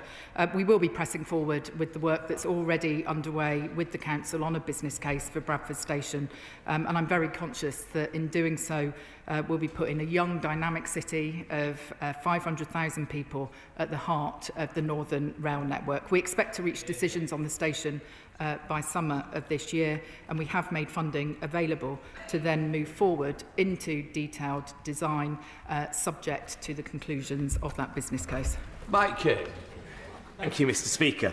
February will represent the 25th anniversary of the opening of runway 2 at Manchester Airport in my constituency. With capacity for 60 million passengers, this announcement will finally allow it to achieve its full potential. Does the Secretary of State not agree? I wholeheartedly agree with my good friend, and the selection of the route between Liverpool and Manchester was to a large degree determined by the importance of providing better connectivity to Manchester Airport, not just for people in the northwest, but also those travelling across the Pennines from other parts of the north of England. It has the potential to be a real generator of economic output, and I look forward to working with him further on the proposals, given how dear I know that airport is to him and his constituents. Tom Gordon. Thank you, Mr. Speaker. I completely disagree with the Tory spokesperson's comments about the betrayal of the North from this Labour government. Whilst I don't think this plan's by any means perfect, it's a damn sight better than what we saw from the last government. The last week's Transport oral questions, I pressed the Minister about the improvements to the York Area Capacity Scheme and was told that it was not ruled out. But I was surprised to see that in the statement and the documents circulated today, there was no mention of that York Area Capacity Scheme, which would relieve pressure and congestion at Skelton Junction, which would improve rail network and connectivity across the north. So will the Secretary of State rule out the cancellation of the Skelton Junction improvements, and will she commit to making sure that they are part of the scheme going forward, and why they weren't in this document today? Can I say to the honourable gentleman that in the announcement today, we are ruling things in. We are not excluding things from funding through other funding sources. We will be setting out in the normal way future rail network enhancement programme funding, for example, and so I'm happy to continue the conversation with him about what further benefits we can bring to the York area.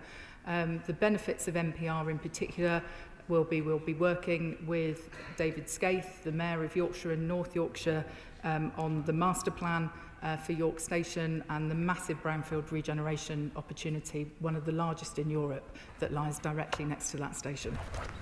I want to help everybody. Those who have actually got involvement in this are the ones I really do want to get in. We've got 3 statements on, so hopefully we can get, because I really know it matters, especially to the north, we've got to get the people in. So please, if we can help each other, it would be really useful. Jim McMahon. Because this is welcome. The north of England has been held back for far too long, with the people and its economy not being allowed to realise our full potential. And so too is the commitment to properly review the Manchester Piccadilly Underground alongside the Mayor of Greater Manchester. Without this, it leaves one route in and one route out, with trains forced to turn back onto the network, slower, second rate, and it's not something the North can support. But can I ask for more details? Firstly, on the funding of the Manchester Airport local contribution, to ensure that it's both fair and at a level that can be fairly raised locally. And secondly, on the timing of the Birmingham to Manchester line, can we have a clearer idea of timescales from the dispatch box? I can assure my honourable friend that we will be having detailed conversations with local partners, including Manchester Airport, and we will ensure that any contribution is fair and locally agreed. It is important that organisations that will benefit directly from the improvement of rail links make a contribution, and I look forward to those discussions happening in the coming months and years.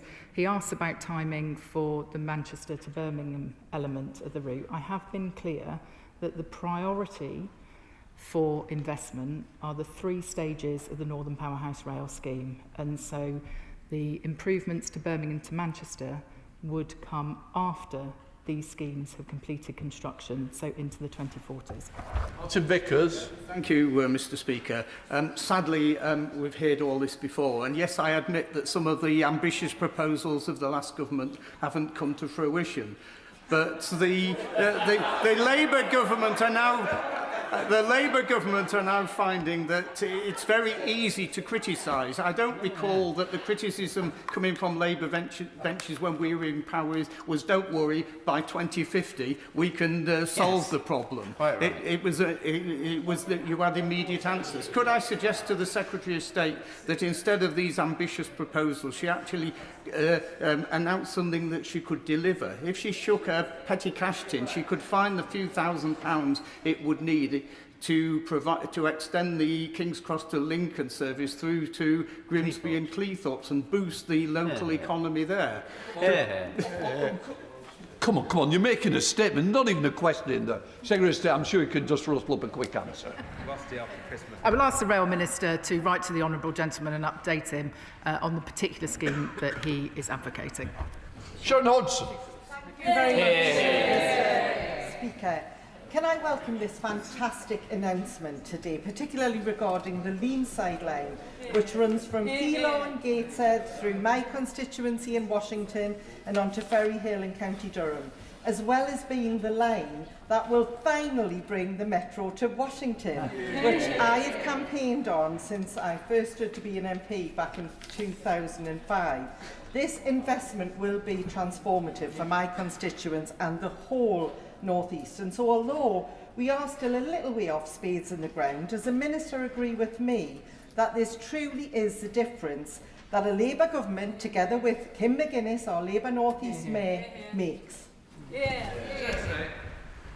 Can I just pay tribute once again to the long campaigning that my honourable friend has done for the Leamside line. I recall her excitement when we announced the extension of the Town Metro to Washington as part of the spending review, and I look forward to working with her further on the work we will be doing to look at the business case for the reopening of the Leamside line that I know closed many decades ago. Lisa. Thank you very much, Mr Speaker. Safe, reliable and affordable railways are vital for economic growth in communities like mine, so I welcome the Secretary of State's statement today, because we haven't seen that investment in our northern communities for too long. For too long, our infrastructure has been neglected, and as a result, our northern communities haven't been able to fulfil their potential. I want to build on what some Greater Manchester colleagues have been asking about Manchester Piccadilly and some of the enabling work around Ardwick and around Ashbury's that would unlock improving services to communities like mine, so on the Rose Hill line, or maybe even tram train to Marple. How can the Secretary of State ensure that communities like mine can feed in, so we make this project reach its full potential, so it gets a 10 out of 10 rather than a mediocre meh? One of the reasons we've taken our time to make sure that we're working with the local mayors is so that we can properly ensure that the improvements to intercity connections that will be delivered through MPR can be integrated with local improvements as well. Mayors in the north of England have had a multi-billion-pound funding settlement through Transport for City Regions, and really to unlock the regeneration potential in many of the towns and cities that we know have untapped potential, we need to make sure we get that integration right. Imran Hussain. Mr Speaker, and I strongly welcome this statement, which recognises that Bradford, one of the largest and youngest cities, cannot be left behind any longer. I, along with my colleagues, the Honourable Member for Bradford South, Madam Deputy Speaker, and the Leader of Bradford Council, have long campaigned for a new station and better connectivity for over a decade. But what we cannot have, Mr Speaker, is Bradford to wait another 2 decades. So can the Secretary of State confirm that the new station and the connectivity will be part of phase 1 of this programme? I know he has championed the station in Bradford enormously over recent years, and I can assure him that we will press forward with the work already underway with the Council on a business case for the station, and as I said, to reach decisions by the summer of this year. And we have made funding available to then move forward into detailed design pending those decisions. Sarah Poacher. Thank you, Mr Speaker. As a North West MP, I of course welcome all efforts to improve connectivity across the north for my constituents of Runcorn and Helsby, but the devil is always in the detail. And I've looked at the Liverpool to Manchester proposals, and they're actually 20 minutes slower than what currently exists now. And also the Secretary of State talks about improving accessibility to Manchester Airport, but this link actually stops a mile outside of the airport, and you have to get a bus into the airport, so it actually doesn't even go to the airport. Would the Secretary of State assure the House that she will review the points that I've just made? Thank you. I'm interested to hear the Honourable Lady's contribution, Madam Deputy Speaker. She claims that she is supportive of anything that improves the public transport network in the north of England, and yet the Reform Party in September of last year came out in clear objection to the Northern Powerhouse Rail scheme, basically telling the public that they should just accept their lot and be grateful. So I look forward to hearing from her colleagues in future about whether they have reversed their position on Northern Powerhouse Rail and finally seen the light. Graham Stringer. Thank you, Madam Deputy Speaker. I appreciate the way the Secretary of State introduced this, recognising the lack of investment there has been in the north of England. But it isn't even as though there hasn't been jam to go around. At the same time, there has been almost zero new investment in the north of England. We've had Javelin trains, the Jubilee line extension, Thameslink now, the Elizabeth line, and all the expenditure on HS2 in the south of England. So, given all that money has weighed down the south of England, and the crucial part of this scheme, which I pay tribute to the Secretary of State for recognising, of the underground station at Piccadilly, does she think it's fair that local contributions will be expected for that scheme when most of the other schemes have been paid out of direct taxation? Why should the north not be treated the same way that the south is being served? Is it fair that taxpayers, local taxpayers, have to pay for what is part of the national infrastructure? I do agree with the honourable gentleman that the public in the north of England have had to put up with a second-rate transport system for far too long. We're determined to right that historic wrong, invest in the necessary upgrades and get spades in the ground.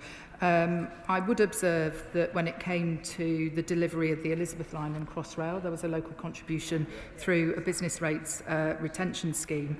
And indeed, if you look at other investments in the capital, there's been enterprise zones, land value capture, and those are some of the ideas we would like to discuss with Northern Mayors. And David. Our Madam Dirprwy Llefarydd. Today's announcement directly affects Wales, given that the Northern Powerhouse Rail is a project that Wales is footing the bill for, along with HS2 and the Oxford-Cambridge Rail. Although I have to say I'm delighted for my northern friends that they're getting this.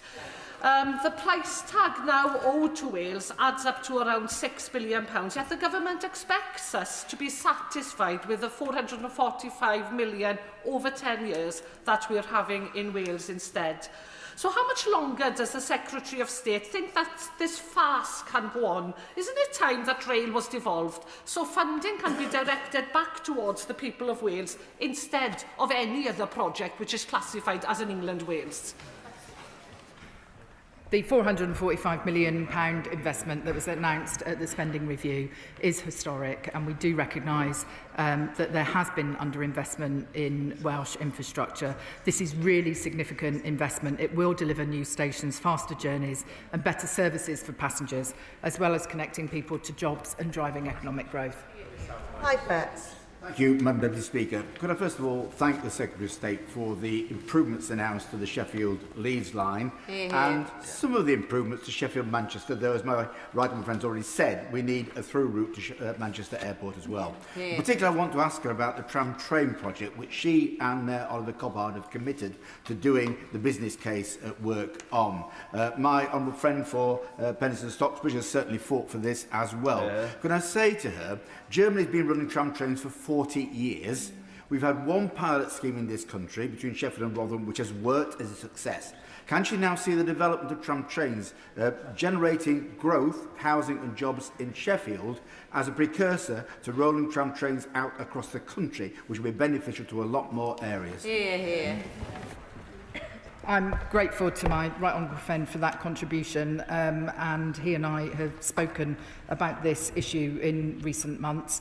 I've also had more recent conversations with the Mayor of South Yorkshire about his aspirations around tram train, and I look forward to working with him closely to make sure that we properly integrate the benefits that are going to be brought through Northern Powerhouse Rail with schemes that he wants to see promoted in the South Yorkshire Combined Authority area. Bill Esterson. Thank you, Madam Deputy Speaker. My constituents stand to benefit enormously from the improvements in capacity and connectivity which the Secretary of State announced both to Manchester Airport and indeed to Birmingham. But does she agree that one of the big benefits here, and she talked about growth in her statement, is the impact on reducing congestion on our roads, and indeed the pollution it produces. That is massively important, both whether it's to MPR or to the Birmingham to Manchester and, I would say, Liverpool part of the link in the northwest. And the big difference, it seems to me, between what she announced, or one of the big differences, is that she set out an outline plan. We never had that in the multiple dozens of announcements we had from the party opposite starting in 2014. I'm grateful to the honourable gentleman for his question, and he's entirely right that a reliable, affordable, frequent public transport service, including that new rail line between Liverpool and Manchester, will enable and encourage more people to leave the car at home and make those journeys in a more sustainable way. I mean, it strikes me as ludicrous that at the moment it takes an hour and 25 minutes to get a direct train from Liverpool to Manchester Airport for a journey of less than 30 miles, when you can get from Paddington to Reading in 22 minutes, which is a journey of similar length. Mark Sewards. Thank you, Madam Deputy Speaker. As Chair of the Yorkshire and North Lincolnshire APPG, I absolutely welcome that Phase 1 of the Northern Powerhouse Rail project prioritises Yorkshire. It will absolutely generate growth and opportunities for people in my region, and it's something that members of the APPG on both sides of the House have long campaigned for. But with my city, Leeds, in mind, can I ask when my residents will benefit from this Phase 1 investment? And can I also ask the Secretary of State if she agrees with me that we should accelerate the delivery of the West Yorkshire Tram project so that my constituents can benefit both from better railways and a mass transit project? I'm grateful to the honourable gentleman, and I should just say that what we've announced today in terms of improvements for Leeds and the surrounding area is additional to the existing improvement plans for Leeds Station. The government is obviously looking at Leeds South Bank as a potential location for a new town in an existing city, and I'm very aware that Leeds is now known as the Northern Square Mile, given the attractiveness of that city to financial services. I am working closely with Mayor Tracy Brabin to ensure that we deliver the mass transit system, because I think Leeds is the largest city in Western Europe not to have a mass transit system, which we've got to put right. Alex Serval. Thank you, Madam Deputy Speaker. I want to warmly welcome the news that we're finally going to get Northern Powerhouse Rail today. The fact that we're starting in Yorkshire is historic. The world's longest continuing railway, Middleton Railway, is operated since 1758, and it will be just metres from the lines that will be improved. Can I ask, that railway helped kick-start the Industrial Revolution. This could kick-start a new revolution for the north of England. Is she working with MHCLG to look at housing growth, to look at jobs growth, to look at maximising the benefits of Northern Powerhouse Rail in the way that our Victorian forebears did? Very much so, and if we were able to bring productivity in the north up to the average levels of productivity, we would see the UK's economy growing by about £40 billion a year. This is not just about trains, it's not just about tracks, it's about leveraging in private investment, new jobs, new homes, city centre regeneration, breathing life back into our town centres as well. And I look forward to working with him further on it. Joe White. Thank you, Madam Deputy Speaker. As the Secretary of State has just said, this is the evidence that we now have that cross-government working is in action. The Treasury, the Department of Transport and MCHLG, setting the case, establishing confidence that the North is open for business, the place to invest, to build and to live. We have a government that has the self-assurance to shift away from the well-trodden path where growth is traditionally centred on London and the South. The record is clear. The Tories underinvested in the North time and time again, and Reform have already opposed everything that Northern Powerhouse Rail stands for. Their betrayal of the North must never be forgotten. Order. That was so voluble. Please, Joe White. Well, I would welcome the member to withdraw that. Yeah, I do withdraw that. I'm sorry. I apologise. Joe White. No. Thank you. Order. Thank you, Madam Deputy Speaker. Their betrayal of the North must never be forgotten. Hear, hear. For this to work, however, we need our council leaders and mayors to play their part. For constituencies like Bassetlaw, Bolsover, North East Derbyshire and Chesterfield, our East Midlands Mayor must be part of the dialogue and the investment strategy for transport planning and connectivity.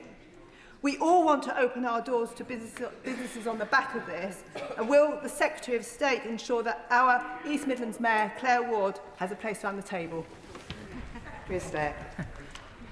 I work closely with Claire Ward and have enormous respect for the work that she's doing in the East Midlands. I recognise the point too that she was making about the position of the Reform Party on investment in rail in the north of England. I know she had to deal with some chuntering from the other side, and might I just observe that perhaps the Honourable Member for Runcorn might like to just Google what one of her colleagues said back in September when he was absolutely unequivocal that he would not back Northern Powerhouse Rail and that he would not back better public transport in the north. This Labour government has exactly the opposite ambition.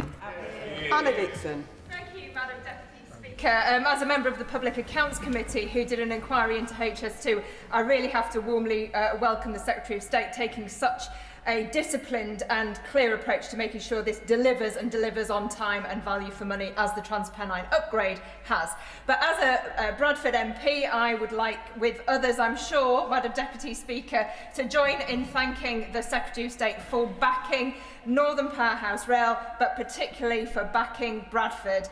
The new station and the improved link to Leeds will make a massive difference, not only to the city of Bradford, but to the wider district. So will the Secretary of State assure me that these transport investments by this Labour government will deliver not only better connectivity, but also jobs and new homes to the whole of the Bradford district? Yeah.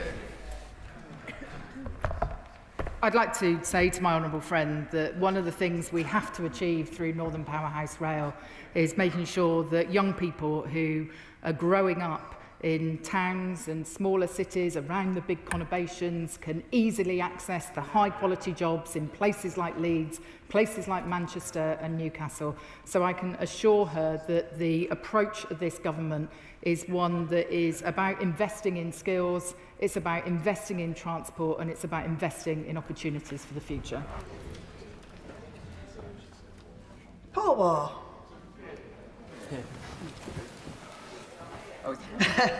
Lawrence Turner. Thanks very much, Madam Deputy Speaker. A little over 2 years has passed since the last Prime Minister chaotically took the axe to HS2 north and east of Birmingham, and the Mayor at the time, Andy Street, failed the test of leadership and failed to stand up for our region. Now, there is an obvious link between the east-west connections that she's been talking about today and the south to north connections along the West Coast main line. So will she meet and her ministers engage with West Midlands MPs about the capacity issues she has set out, and can we not lose sight of the importance of the West Midlands to East Midlands connection, which is as slow as the connections in the north? I'd be very happy to meet with him and colleagues to discuss this matter further. I'd also like to pay tribute to the work that Mayor Richard Parker has done in the West Midlands alongside Claire Ward in the East Midlands for working collaboratively with us to make sure that we can not only improve intercity connections, but also those connections that are so important within big cities as well. Marie Tidwell. Thank you, Madam Deputy Speaker. I welcome the Secretary of State's announcement today confirming the biggest investment in rail connectivity in a generation, including £7.5 million for South Yorkshire Mayoral Combined Authority to kickstart plans to extend the South Yorkshire Supertram, including to look at a tram train extension to Stocksbridge via Outerbridge, Warncliffe Side and Deepcar in my constituency. Does my right honourable friend agree that this tram train extension will build on the government's commitment today to finally give Yorkshire the transport network our communities deserve? We are committed to giving everyone in Yorkshire the transport networks they deserve. As I said, in response to my honourable friend, the member for Sheffield, we do want to work with Mayor Oliver Coppard to explore the potential of tram train further. I know she has been a fearsome advocate as well for the Penistone line in her constituency, and there's further engagement going on with Kirklees Council on that issue as well. Abdissam Mohammed. Thank you, Madam Deputy Speaker. I also, like my Sheffield colleagues, strongly welcome the government commitment to upgrading our Sheffield station and putting faster and more frequent trains in place to Leeds and Manchester. It will increase our city centre regeneration and will be of strong benefit to our universities and students who commute into the city. Will the Minister meet with me and other South Yorkshire MPs to discuss timescales and ensure that our infrastructure and plans match the economic ambitions for growth and regeneration in Sheffield? I will certainly ask the Rail Minister to meet with her and colleagues, and I do think that 2 fast services an hour between the key cities of Leeds and Sheffield is simply not good enough. We're committed to improving those services and to providing the capacity that's required at Sheffield Station. I look forward to discussing it further. Nav Mishra. Deputy Speaker, this announcement is excellent news for northern towns and cities. Manchester Airport is a large employer in my constituency, and sadly since COVID we lost the direct connectivity from Stockport Station into Manchester Airport. So I think it's important to restore timetables to some of the timetables to pre-COVID time. Can I also encourage the Secretary of State to look at the Access for All scheme, which unfortunately is far too slow and far too many train stations do not have disabled access, and we need to, in order to make rail better for everyone, we need to make it friendly for people with mobility issues. Absolutely. Thank you, Madam Deputy Speaker. I do agree with my honourable friend about the importance of accessibility at rail stations, and I note the case that he makes about Manchester Airport.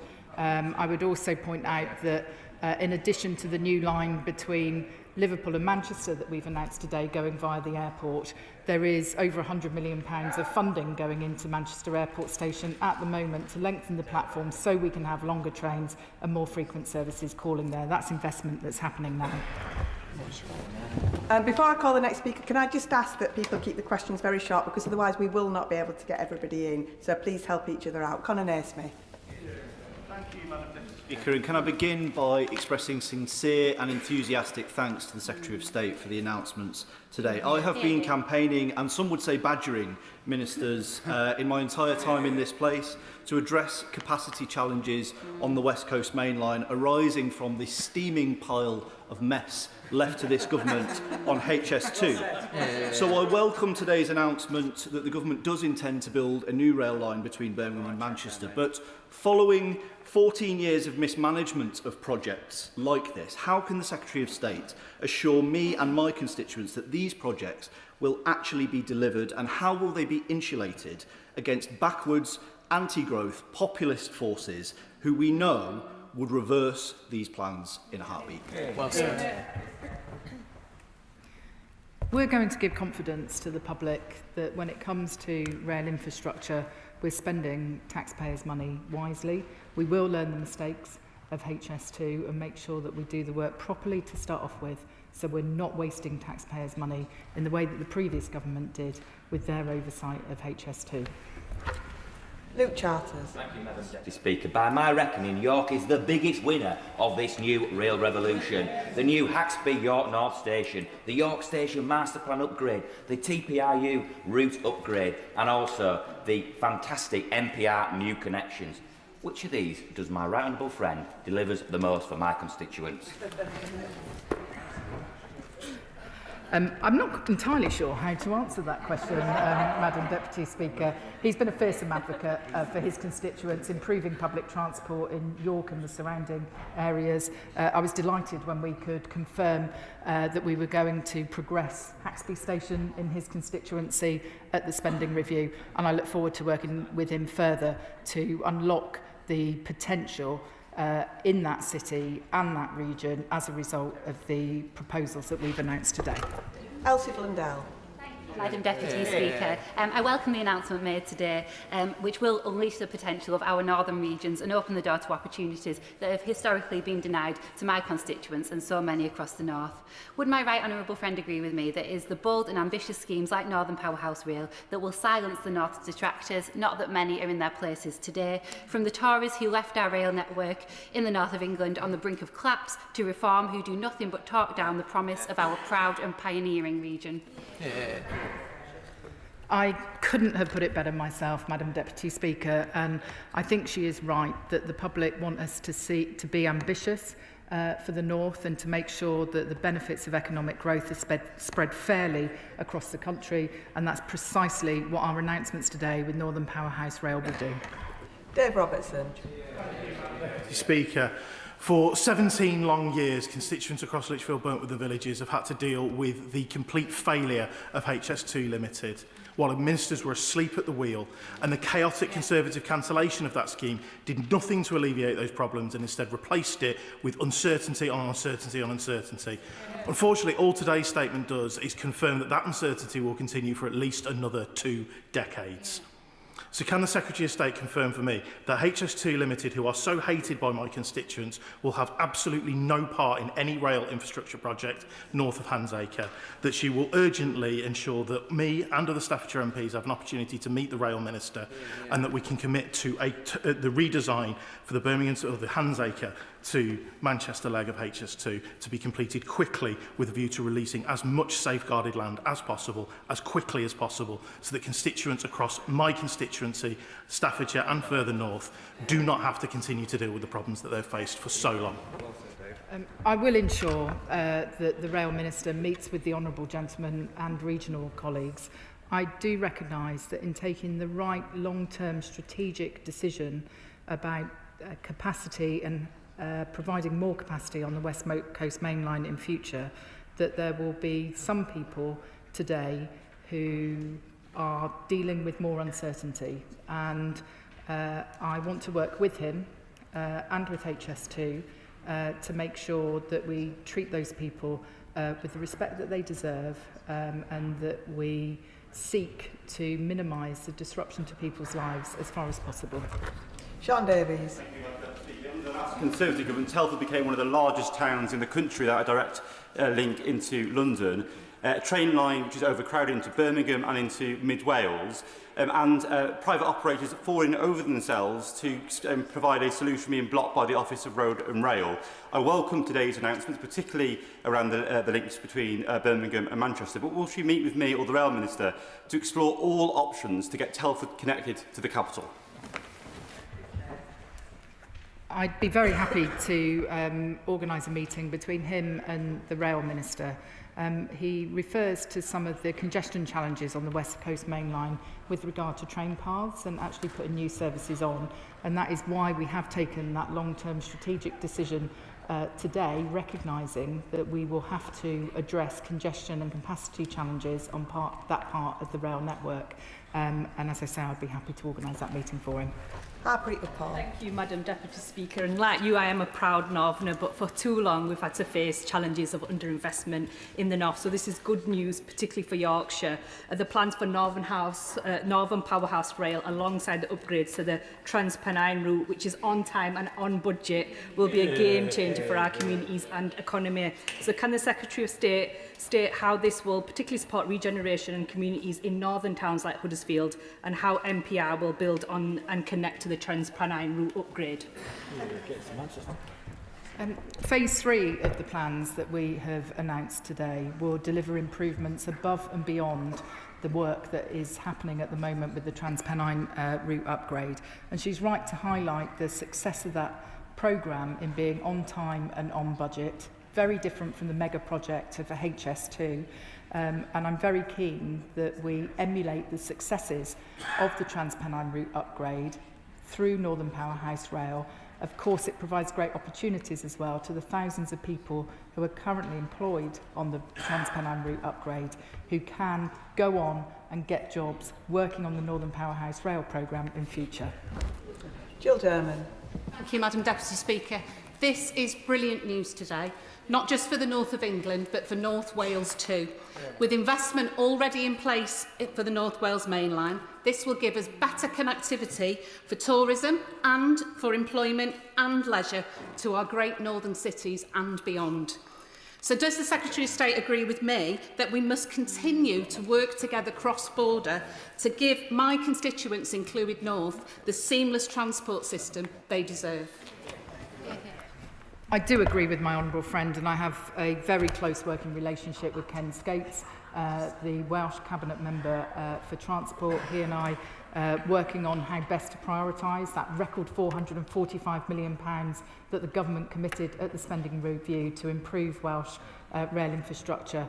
And I'm always happy to talk to her about her ideas about what more we could do to improve the experience of the travelling public in Wales. Josh Fenton-Glynn. Thank you, Madam Deputy Speaker. As a Yorkshire MP, I couldn't be more proud that it's a Labour government who are delivering this change. Yeah. Can I urge the Secretary of State to look again at the Calder Valley line, which needs electrification, perhaps as part of phase 3 of this process, something which was promised by the party opposite in 2015 but then dropped after the election. So could we please look at that again?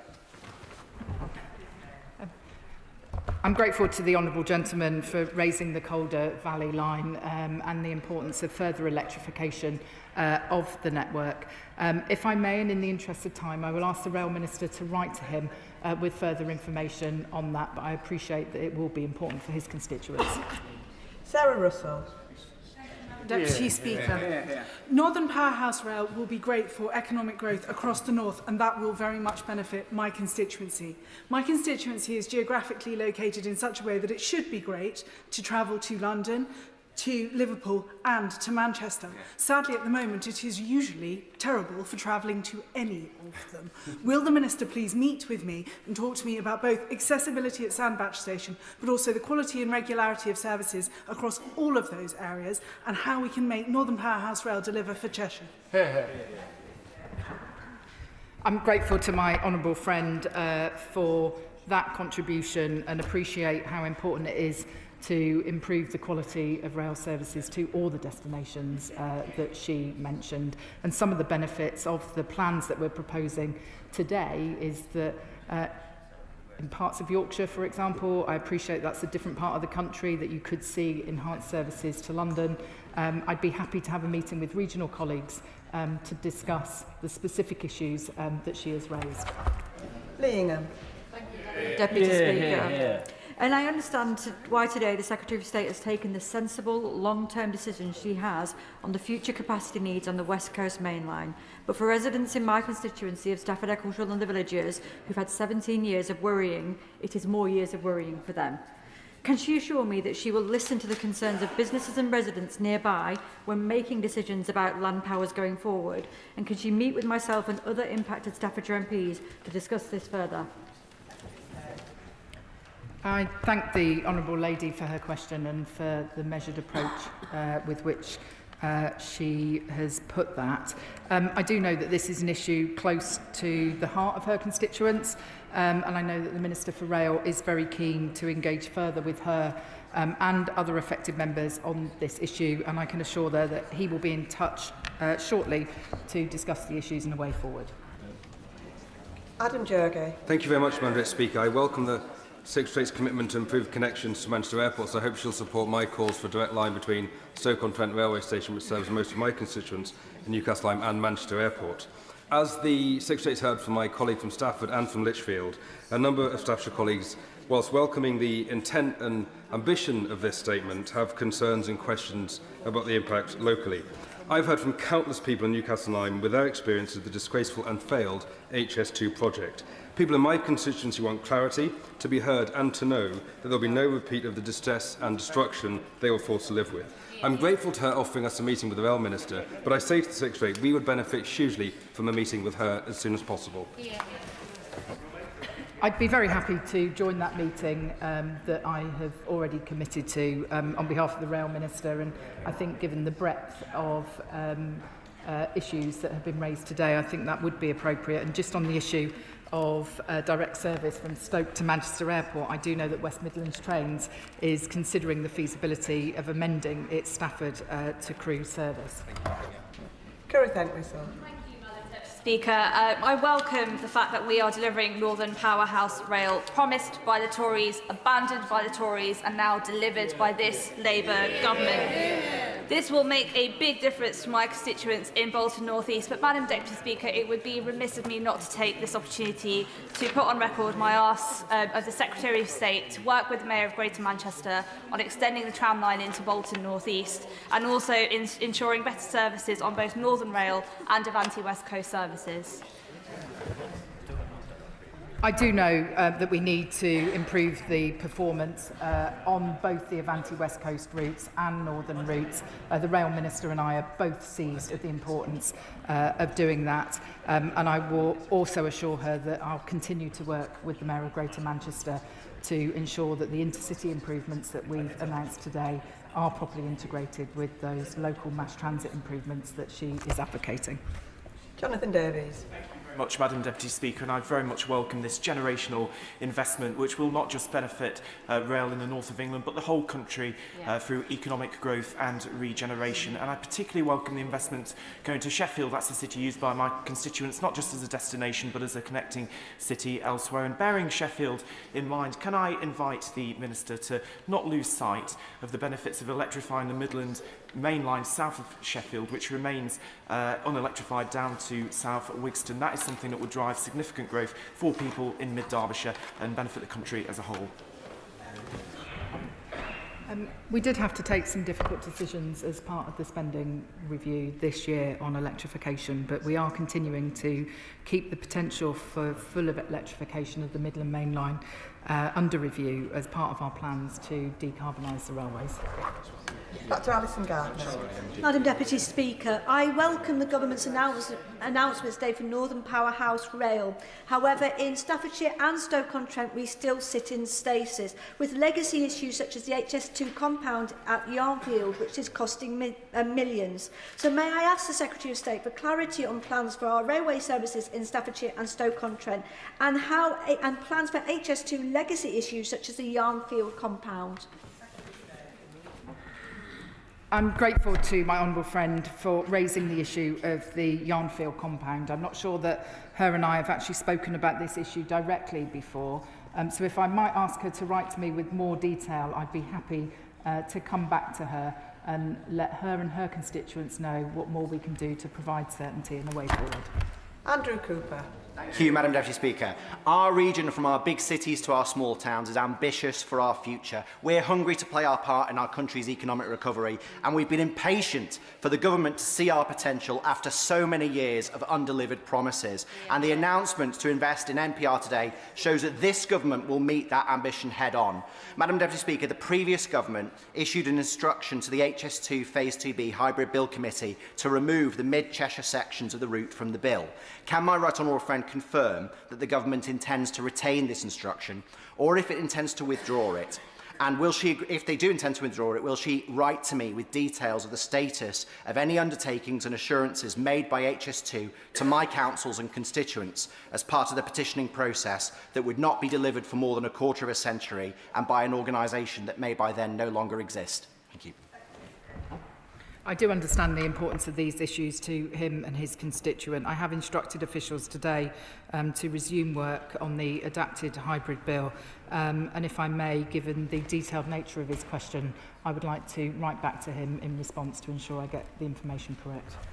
Lola McAvoy. Thank you, Madam Deputy Speaker. On this side of the House, we're from the North, we fight for the North, and this Labour government will deliver the economic justice that we deserve in the North. As the Secretary of State, I'm sure will agree, Darlington, my constituency, is the home of the railways and has a proud industrial history of British rail manufacturing. Can she please outline how this investment and this plan will deliver for British rail manufacturing in my constituency and the rest of the North? I'm left under no illusions, Madam Deputy Speaker, that my honourable friend is from the North and will fight for the North. And having enjoyed a very hospitable evening with her in Darlington at the Hitachi rail manufacturing plant, I know how critical that employer is to her region, and I'm pleased that the announcements that we are making today is not only an investment in rail infrastructure, but it is a down payment on that manufacturing base and their future, and realising the full economic potential of the region. Final question on this statement, James Nash. Madam Deputy Speaker, over the past 5 years, per head transport spend in the East Midlands has fallen to just 54% of the UK average, which is the lowest of any region or nation. And rail funding is even more unequal, £175 per head in 2023-24, which is barely 40% of the English average. And of course, HS2 won't be coming to my constituency of Rushcliffe after Tory scrapped the East Midlands leg in October 2023. So while I welcome the ambition and the scale of this announcement today, can I ask the Secretary of State to once more look at electrification of the Midland Main Line, which will have an immediate economic impact and can be delivered in this Parliament? As I said to my honourable friend earlier, we are keeping this under review. We did have to take the difficult decision not to fund it in the spending review. That's not to say that his constituents aren't benefiting from improvements on the railway, and I know my friend, the local Transport Minister, is particularly excited about the new fleet of East Midlands trains, which are providing a much better passenger experience for his constituents, and we're determined to keep building on those sorts of improvements. That concludes the statement on the Northern Powerhouse Rail. Point of order, Sarah Perchin. Thank you, Madam Deputy Speaker. I believe that the Secretary of State has inadvertently misled the House as regard to our voting record. We have always supported more transport in the North. Can I ask the Speaker's advice as to how we correct the record? To the honourable member for letting the Chair know that she wished to raise this matter. The Chair is not responsible, however, for how the Secretary of State answered her question. We now move on to the next statement, so I'll allow a few moments for the front benches to swap over.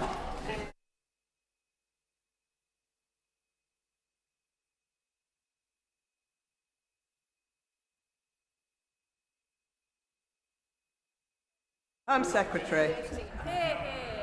Thank you, Madam Deputy Speaker. With permission, I will make a statement on the decision to ban the travelling fans of Maccabi Tel Aviv from attending a game at Villa Park in November last year. This decision was taken by Birmingham City Council following the advice of the Safety Advisory Group, who acted on a recommendation by West Midlands Police.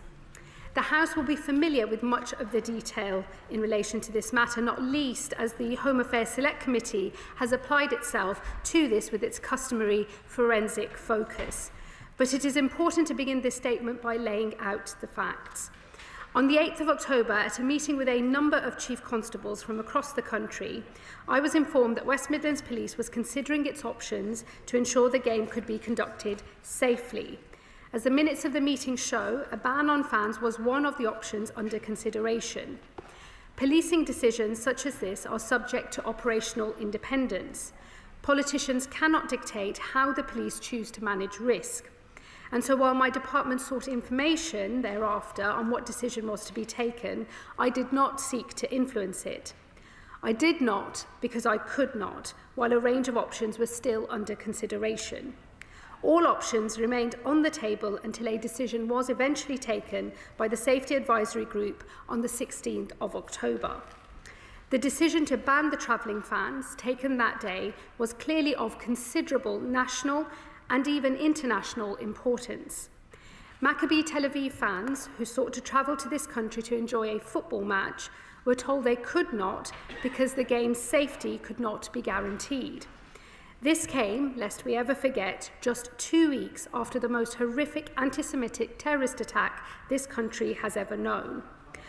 On October the 16th, the day the decision was taken, the Prime Minister and I both voiced our considerable concern, setting out our belief that the game should go ahead with all fans present. The government sought further information from West Midlands Police and offered the resources required to ensure the game could go ahead. A subsequent meeting of the Safety Advisory Group was then arranged on the 24th of October. At this moment, the Chair requested, and I quote, a wholly fresh consideration of the issue, at which point the intelligence provided by West Midlands Police hardened and the recommendation to ban fans was upheld. In the days that followed, it was clear to me that an external review of the decision was required, as well as a review of wider questions around safety advisory groups. On 31st of October, I commissioned a rapid review by His Majesty's Inspector of Constabulary, Fire and Rescue Services, Sir Andy Cook. And on the 27th of November, as the intelligence the force provided was called into doubt, I asked him to look specifically at that question. Today, I have received Sir Andy's interim report, and a copy has been placed in the library of the House. Sir Andy's findings are damning. There is no other way to describe them. The force, we now discover, conducted little engagement with the Jewish community and none with the Jewish community in Birmingham before a decision was taken. As Sir Andy himself says, it is no excuse to claim, as the force now does, that there were high holy days during this time that prevented this engagement. Most concerningly, Sir Andy describes an approach taken by West Midlands Police that he characterises as, and I quote, confirmation bias. This means that rather than follow the evidence, the force sought only the evidence to support their desired position, to ban the fans. This saw West Midlands Police speak to Dutch police following a game in which there had been fan violence, while failing to speak to other countries, Greece, Ukraine and Denmark, where Maccabi Tel Aviv had played more recently and more peacefully. The West Midlands Police engagement with the Dutch police is one of the most disquieting elements of Sir Andy's report. The summary, provided as evidence to the Safety Advisory Group ahead of their crucial meeting on the 24th of October, was inaccurate. Claims including the number of police officers deployed, links between fans and the Israeli Defence Forces, the targeting of Muslim communities, the mass tearing down of Palestinian flags, attacks on police officers and on taxi drivers were all either exaggerated or simply untrue. In his report, Sir Andy is clear that the validation of intelligence conducted by the force was a cause of significant concern, that record-keeping within the force was poor, and he was especially concerned about the handling of sensitive information that should never have been shared without redaction. Sir Andy also points to a series of public statements from West Midlands Police that we now know to have been misleading. He shows that the police overstated the threat posed by the Maccabi Tel Aviv fans, while understating the risk that was posed to the Israeli fans if they travelled to the area. Misleading communications also extend to the words of the Chief Constable himself at his appearance in front of the Home Affairs Select Committee, when he claimed that AI tools were not used to prepare intelligence reports, a claim since refuted by one of his own officers who blames incorrect evidence on, and I quote, an AI hallucination. I know better than most that West Midlands police officers do their duty bravely day in and day out. Sir Andy's report does not argue that the entire force is failing. But what is clear from this report is that on an issue of huge significance to the Jewish community in this country and to us all, we have witnessed a failure of leadership that has harmed the reputation and eroded public confidence in West Midlands Police and policing more broadly. Faced by a game of such importance, the Chief Constable of the force, Craig Guilford, should have ensured more professional and thorough work was done. As Sir Andy himself says, the shortcomings detailed in his report are, and I quote, symptomatic of a force not applying this necessary strategic oversight and not paying enough attention to important matters of detail, including at the most senior levels. The ultimate responsibility for the force's failure to discharge its duties on a matter of such national importance rests with the Chief Constable. And it is for that reason that I must declare today that the Chief Constable of West Midlands Police no longer has my confidence. It has been, as I understand it, over 20 years since a Home Secretary last made such a statement. But on the evidence provided by Sir Andy Cook, the Chief Inspector of Policing, that is now the case. Until 2011, the Home Secretary had the authority to dismiss a Chief Constable, a power that was removed by the last Conservative government. Today, it is only police and crime commissioners who hold this power, and so the Chief Constable's future rests with the local police and crime commissioner and not with me.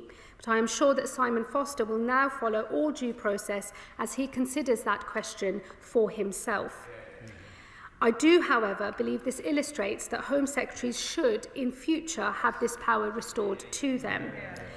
When a Chief Constable is responsible for a damaging failure of leadership, the public rightly expect the Home Secretary to act, and I intend to restore their ability to do so.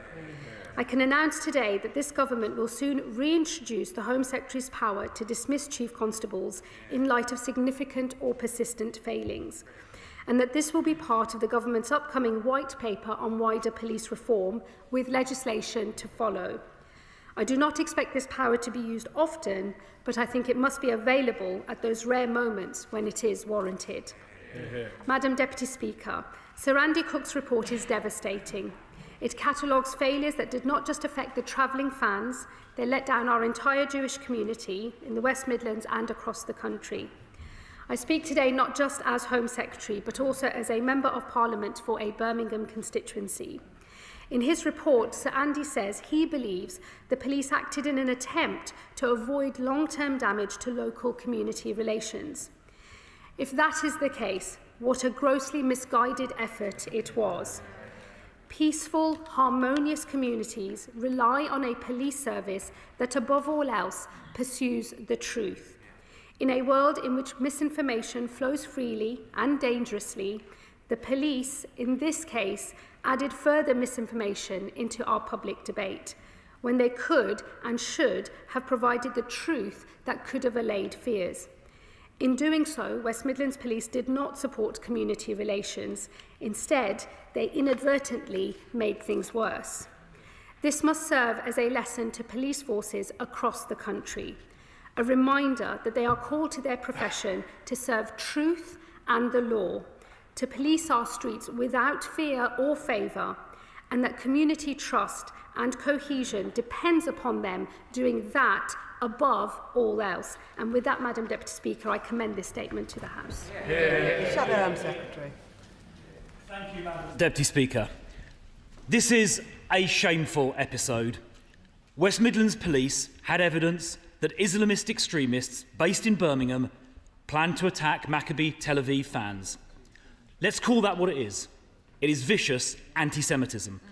And we cannot allow violent Islamists to impose their will on our country. Yet that is exactly what West Midlands Police, through weakness and through fear, allowed to happen. They should instead have confronted the Islamist extremists. In fact, they should have investigated the extremists for inciting racial hatred, as Jonathan Hall KC said only yesterday.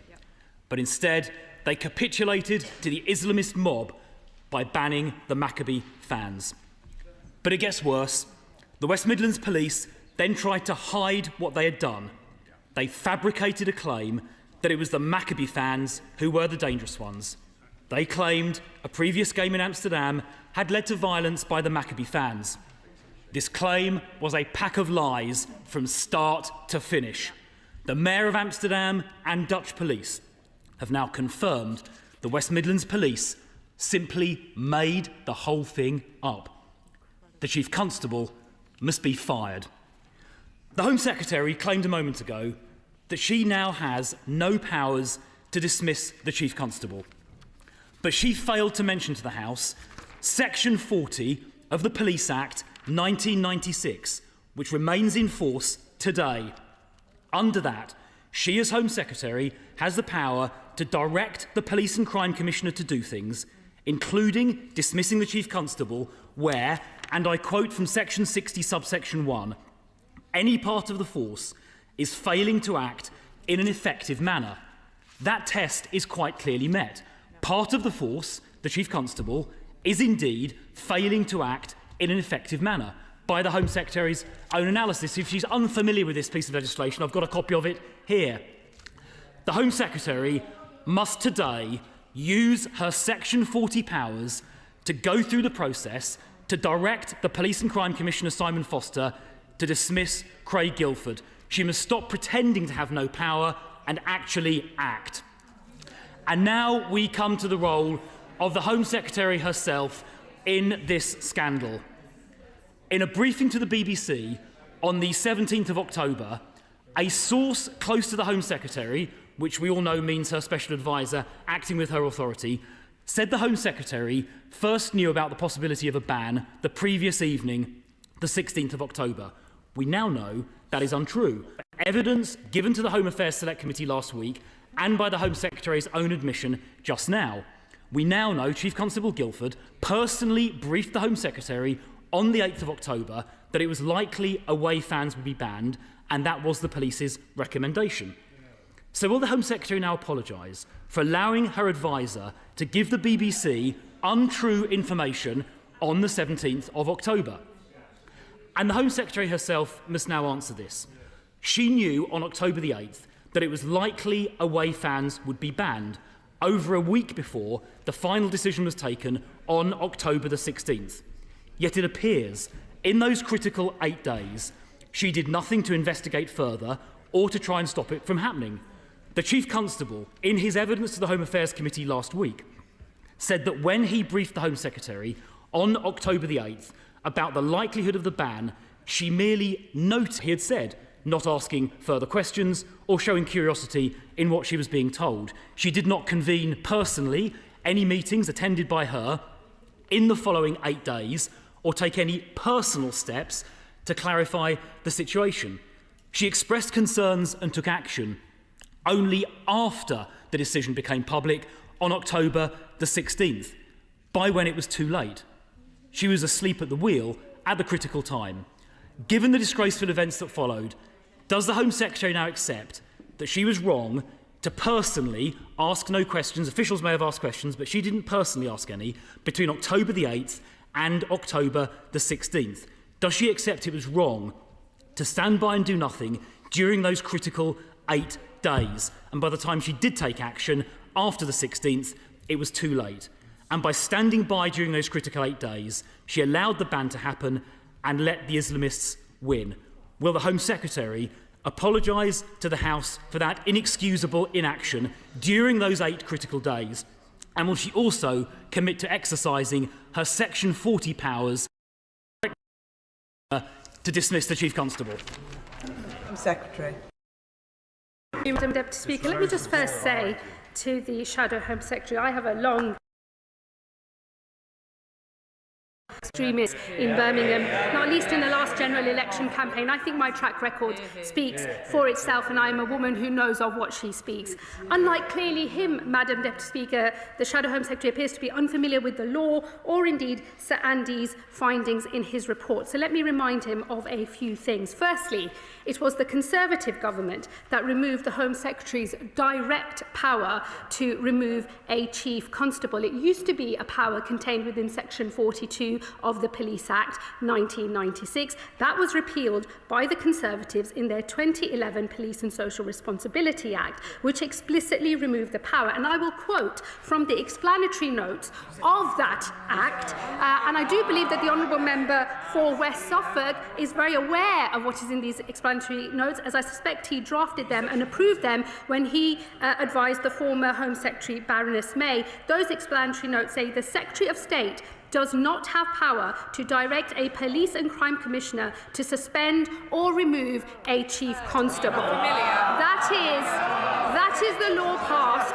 by the previous Conservative government themselves. And as he should well know, if he made himself familiar with how the law is to be interpreted and to be implemented, he would know that Section 40 of the Police Act, which remains in force in the 2011 Act, cannot be read in isolation. When these matters will be litigated before a court will be very aware of the direct powers removed by the repeal of Section 42. You cannot read the two things in isolation, and if he paid any attention to the detail, he would know that, and he would know that the Home Secretary does not have the power he claims that I do.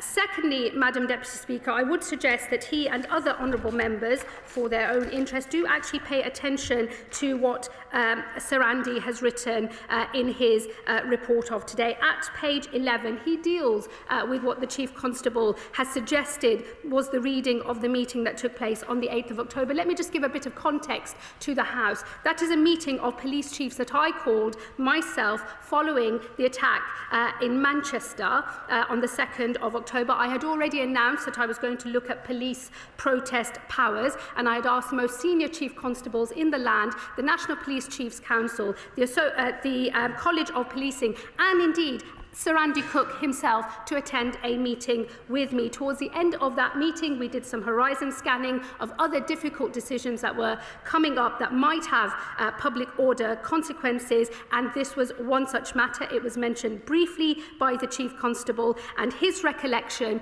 of that is untrue. He did not say to me, or indeed anybody else in that room, already made the decision to reduce the allocation of tickets to Maccabi Tel Aviv fans to 0, but that it was ultimately a decision for the SAG when it next met. That is absolutely categorically untrue. And I would say, given the seniority of everybody who was in the room that heard what was in fact said, if this was the case, it would have elicited a reaction, not just from me and my officials, but from many of the other senior policing officials who were present in that room. What was made clear to me is that the ban was a possibility, but it was one of a number of options that were being considered, and as late as the 15th of October, they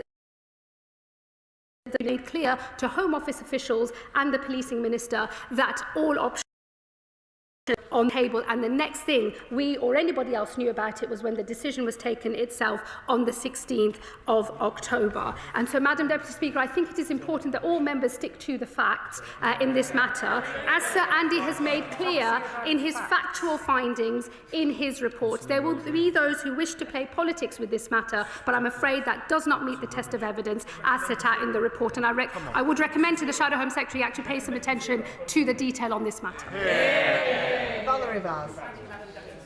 Could the Home Secretary say, is she able to say, who the most senior police officer reviewed all the evidence, AI or otherwise, and signed off the decision?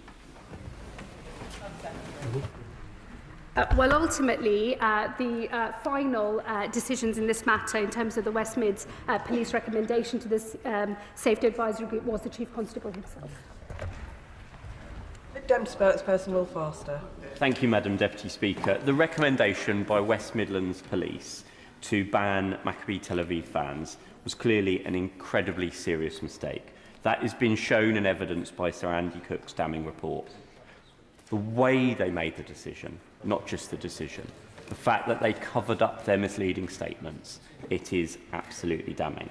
These latest examples, after multiple denials that artificial intelligence was not used into coming to their decision, beggars belief and risks seriously undermining public trust in the police force, not only in West Midlands, but in the whole country. The Chief Constable of West Midlands does not have the Home Secretary's confidence. He doesn't have mine, and I assume he doesn't have most of the House. He needs to consider his position and go now. I'm pleased the Home Secretary did go quite unprecedented levels to say he should go, and I'm pleased that she's spoken to the House first. Will she later today be meeting with the the Police and Crime Commissioner to call for the Chief Constable to go? Madam Deputy Speaker, we need the Independent Office for Police Conduct to investigate what has gone on in West Midlands Police. Will the Home Secretary ensure that takes place? We have already seen delays to the Hillsborough Law and its duty of candour, including delays just this week. Does the Home Secretary agree with me that this incident shows the need for the Hillsborough Law to come off the statute book as soon as possible? And finally, we need urgent transparency and clarity on the use of AI by police forces. Does the Home Secretary agree with that, and what plans has she got to ensure guidance is given to police forces? Thank you, Madam Deputy Speaker. Let me thank the Lib Dem spokesperson for his remarks. Let me just say at the outset, I have, as a matter of courtesy, informed the Police and Crime Commissioner in advance of making the statement that I will be saying I do not have confidence in the Chief Constable of West Midlands Police, but I have also reiterated and made very clear that the process, any statutory process and any decision as to whether the statutory process for further action against the Chief Constable, he can consider that on his own terms, and I'm sure he will be making his findings of Sir Andy's report. And given that there could be a statutory process, I will not be commenting before in order to respect the independence and integrity of any future.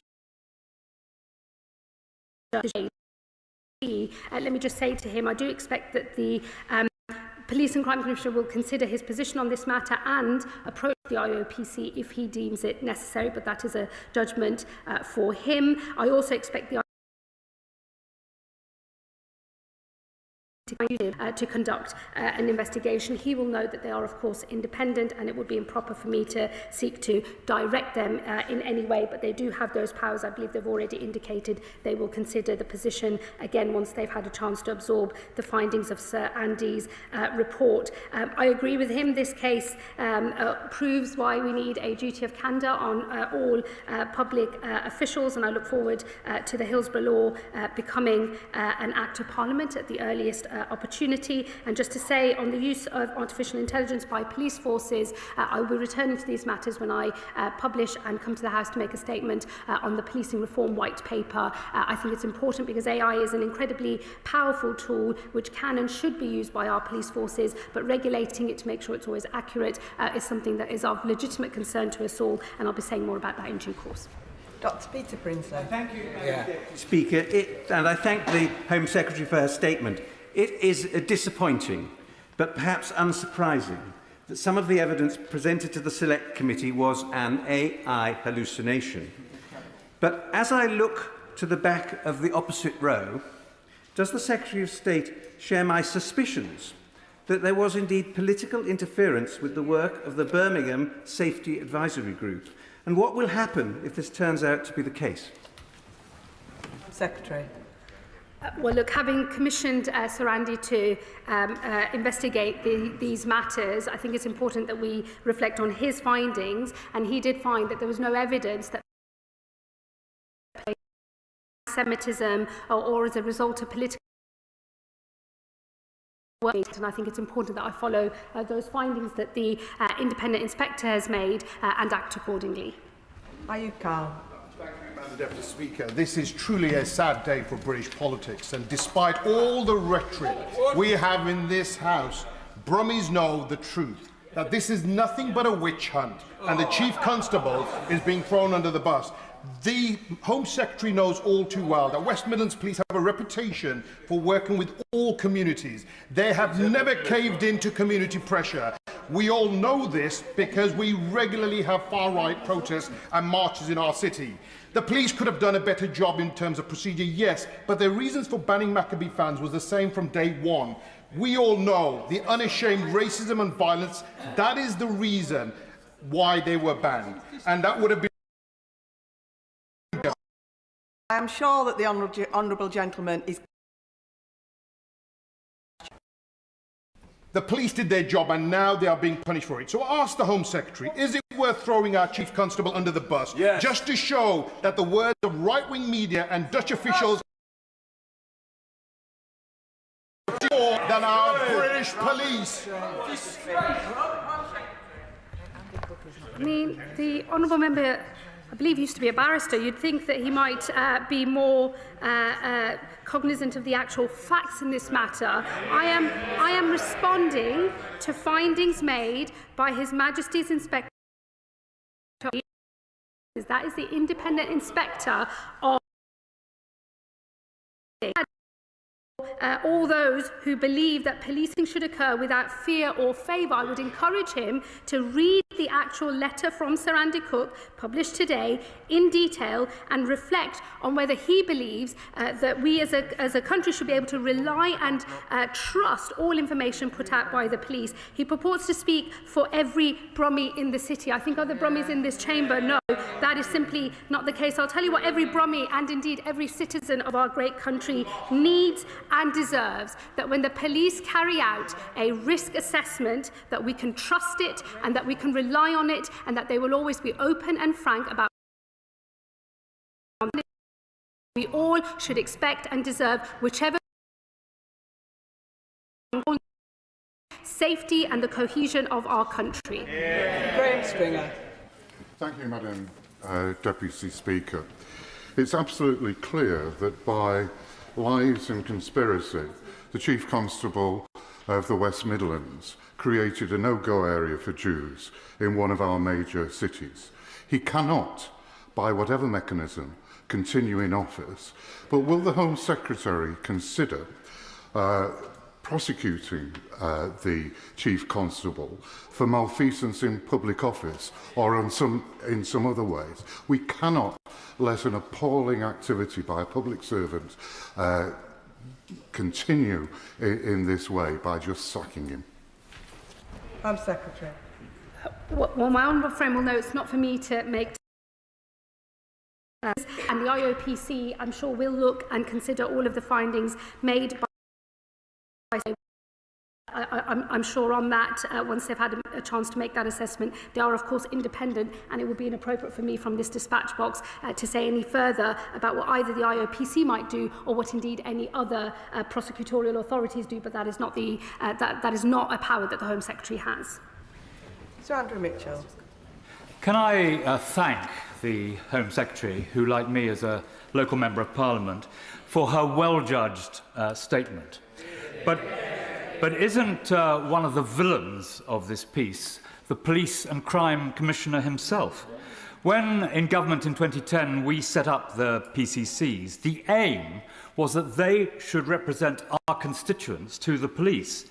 Sadly, the reality has been the reverse, and nowhere more so than in the West Midlands, which is why I strongly support the government's decision to abolish the PCCs.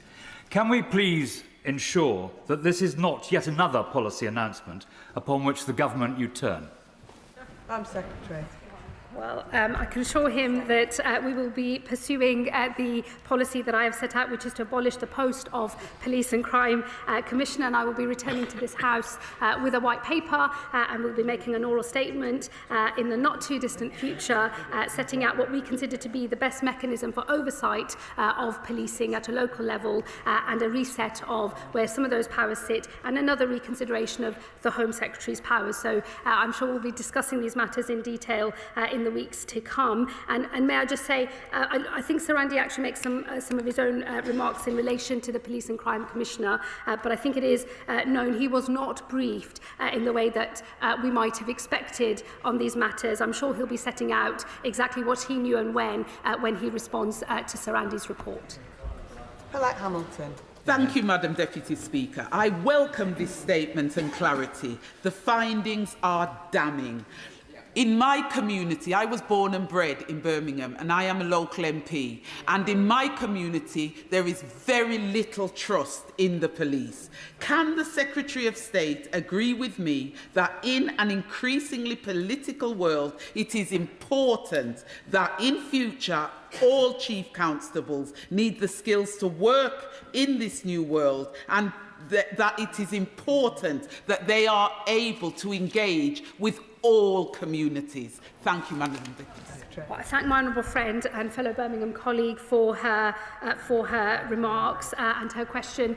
And let me just say that is exactly why I have made the statement that I have today, because I do believe all of us in this country need to be able to trust the police when they come forward and they say they have risk assessed an upcoming event and they've come to a professional judgment as to whether an event can take place safely or not. We all need to be able to trust that they have gone about making that risk assessment in a way that is robust, consistent, in line with the law, and frankly just plain old truthful. That is not what's happened in this case, and it's why I think it's been debilitating to public confidence in policing in our great city, across our region, but also across the country as well. And it's why I've set out what I've said about losing confidence in the Chief Constable, and it's why I do believe some powers for oversight of policing do need to return to the Home Secretary directly.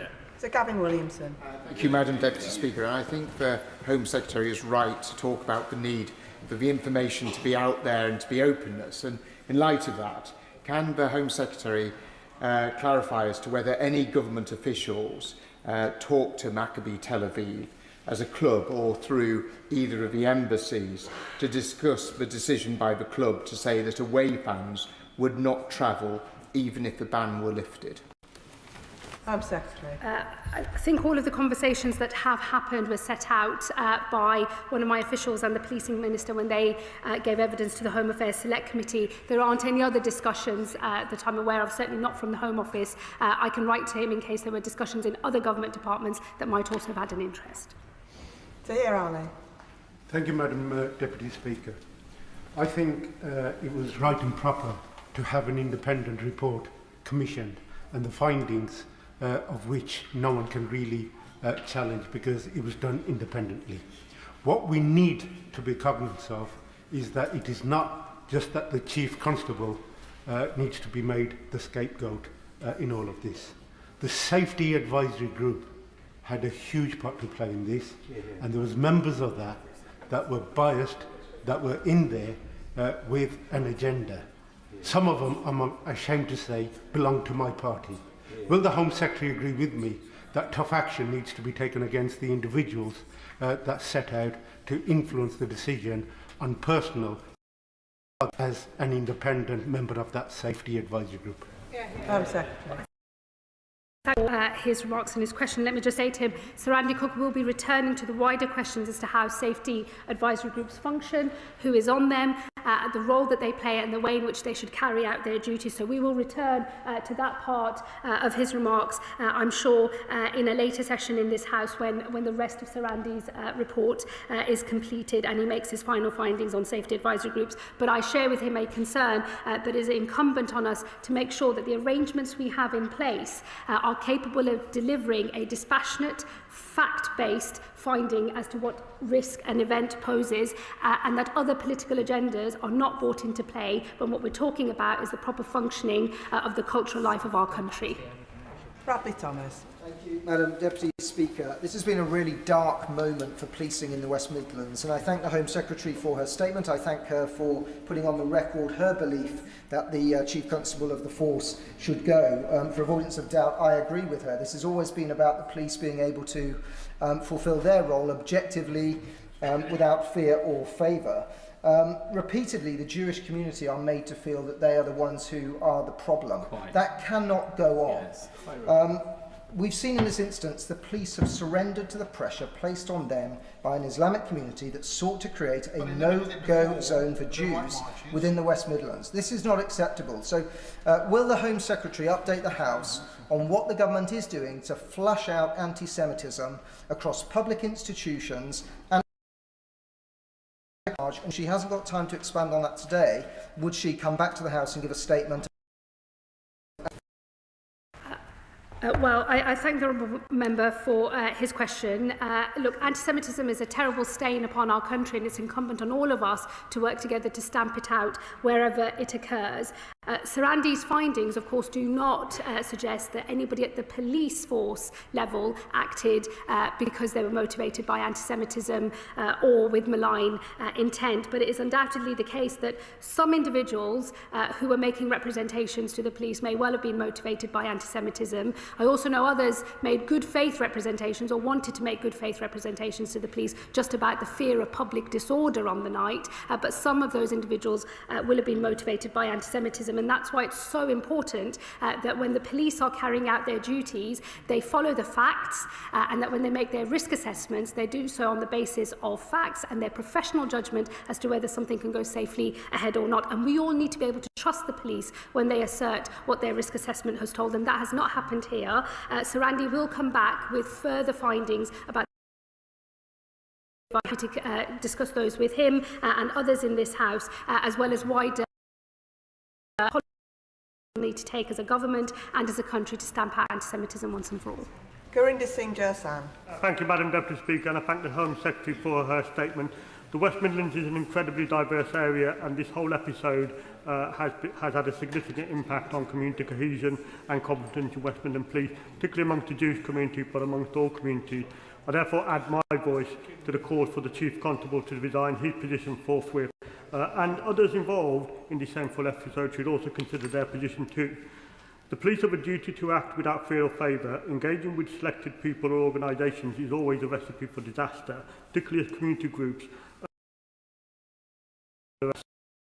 engage in many safety that the rules that need changing, that there must be more transparency and the ability to manipulate their proceedings must be removed. So will the Home Secretary provide more information about the review into safety advisory groups that she's announced? Secretary.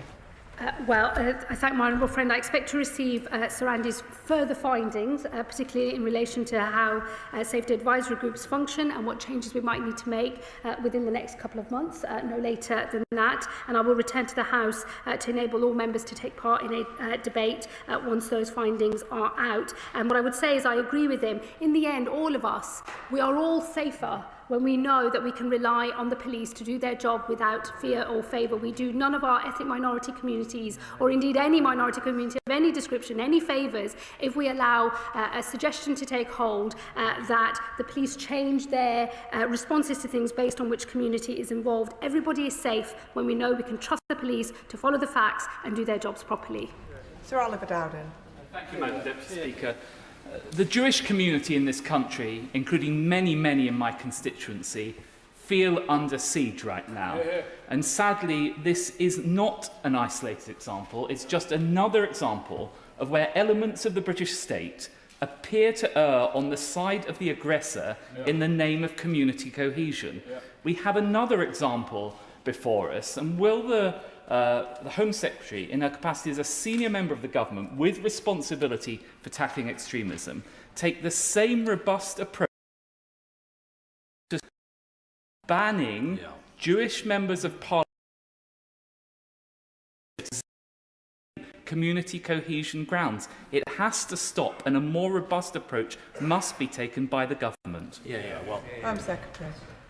I thank the honourable member. Let me say to him the incident of banning of a Jewish member of Parliament from a school is obviously disgraceful, and he will know that other senior members of the government have already spoken out about this case. It is unacceptable. I hope he will see that the approach I have taken since I've been Home Secretary is to ensure that the law of our land is applied equally, without fear or favour, and in a consistent manner that gives every community across the country a sense of what they can expect from their local police without feeling that they're in a postcode lottery, and it very much depends on the nature of your chief constable or the approach they take locally. That's exactly what I'm trying to achieve with protest powers, with wider thresholds in relation to the Public Order Act, where I've asked for an independent review by Lord Ken MacDonald, which will report soon. And my intention is to make sure that every citizen of our country knows when it comes to all matters of law and order, we are all on exactly the same equal position, and that is the thing that I think is right for all of our citizens. David Pinto-Tuchinski. Thank you, Madam Deputy Speaker, and I welcome the Home Secretary's statement. The picture Sir Andy paints of serial failings in the West Midlands Police is utterly shocking, and the Home Secretary is completely right to withdraw confidence. Given the huge damage this saga has caused, what does the Home Secretary think can be done to make sure something like this never happens again? Home Secretary. Well, I think this matter has been of interest to all policing leaders across the country, and it is why I address the final remarks in my statement to policing leaders everywhere, because I think it's important that we learn the lessons from this event, and I hope that everybody will hear the message loud and clear. Operational independence will always be respected, but we all as a country, everyone, every citizen and every one of us as parliamentarians and as members of the government need to know that when the police make a risk assessment, we can trust that assessment and that we can rely on it. Mike Wood. Thank you, Madam Deputy Speaker. I'm proud that my father was a West Midlands police constable for 29 years, policing football matches during some of the darkest days of English football. But the Home Secretary is clearly right that there has been a failure in the leadership of West Midlands police over recent months. The Prime Minister rightly said that oversight for the police ultimately lies with the Police and Crime Commissioner, and that doesn't seem to have happened in this case. The Police and Crime Commissioner also has specific responsibility for improving local relationships by building confidence and restoring trust in local communities, but both confidence and trust in West Midlands Police have clearly collapsed. The Home Secretary is right to say that the Chief Constable clearly needs to go, but shouldn't the Police and Crime Commissioner also be considering his position? Secretary. Well, I would direct the honourable member to the findings Sir Andy makes about what the Police and Crime Commissioner knew, and in fact he was not kept updated, but I'm sure he will be speaking himself once he has absorbed the findings made by Sir Andy, and I'm sure he'll be setting out what he thinks on these matters and what he intends to do next, but it's not for me to put words into his mouth. Warren de Jos.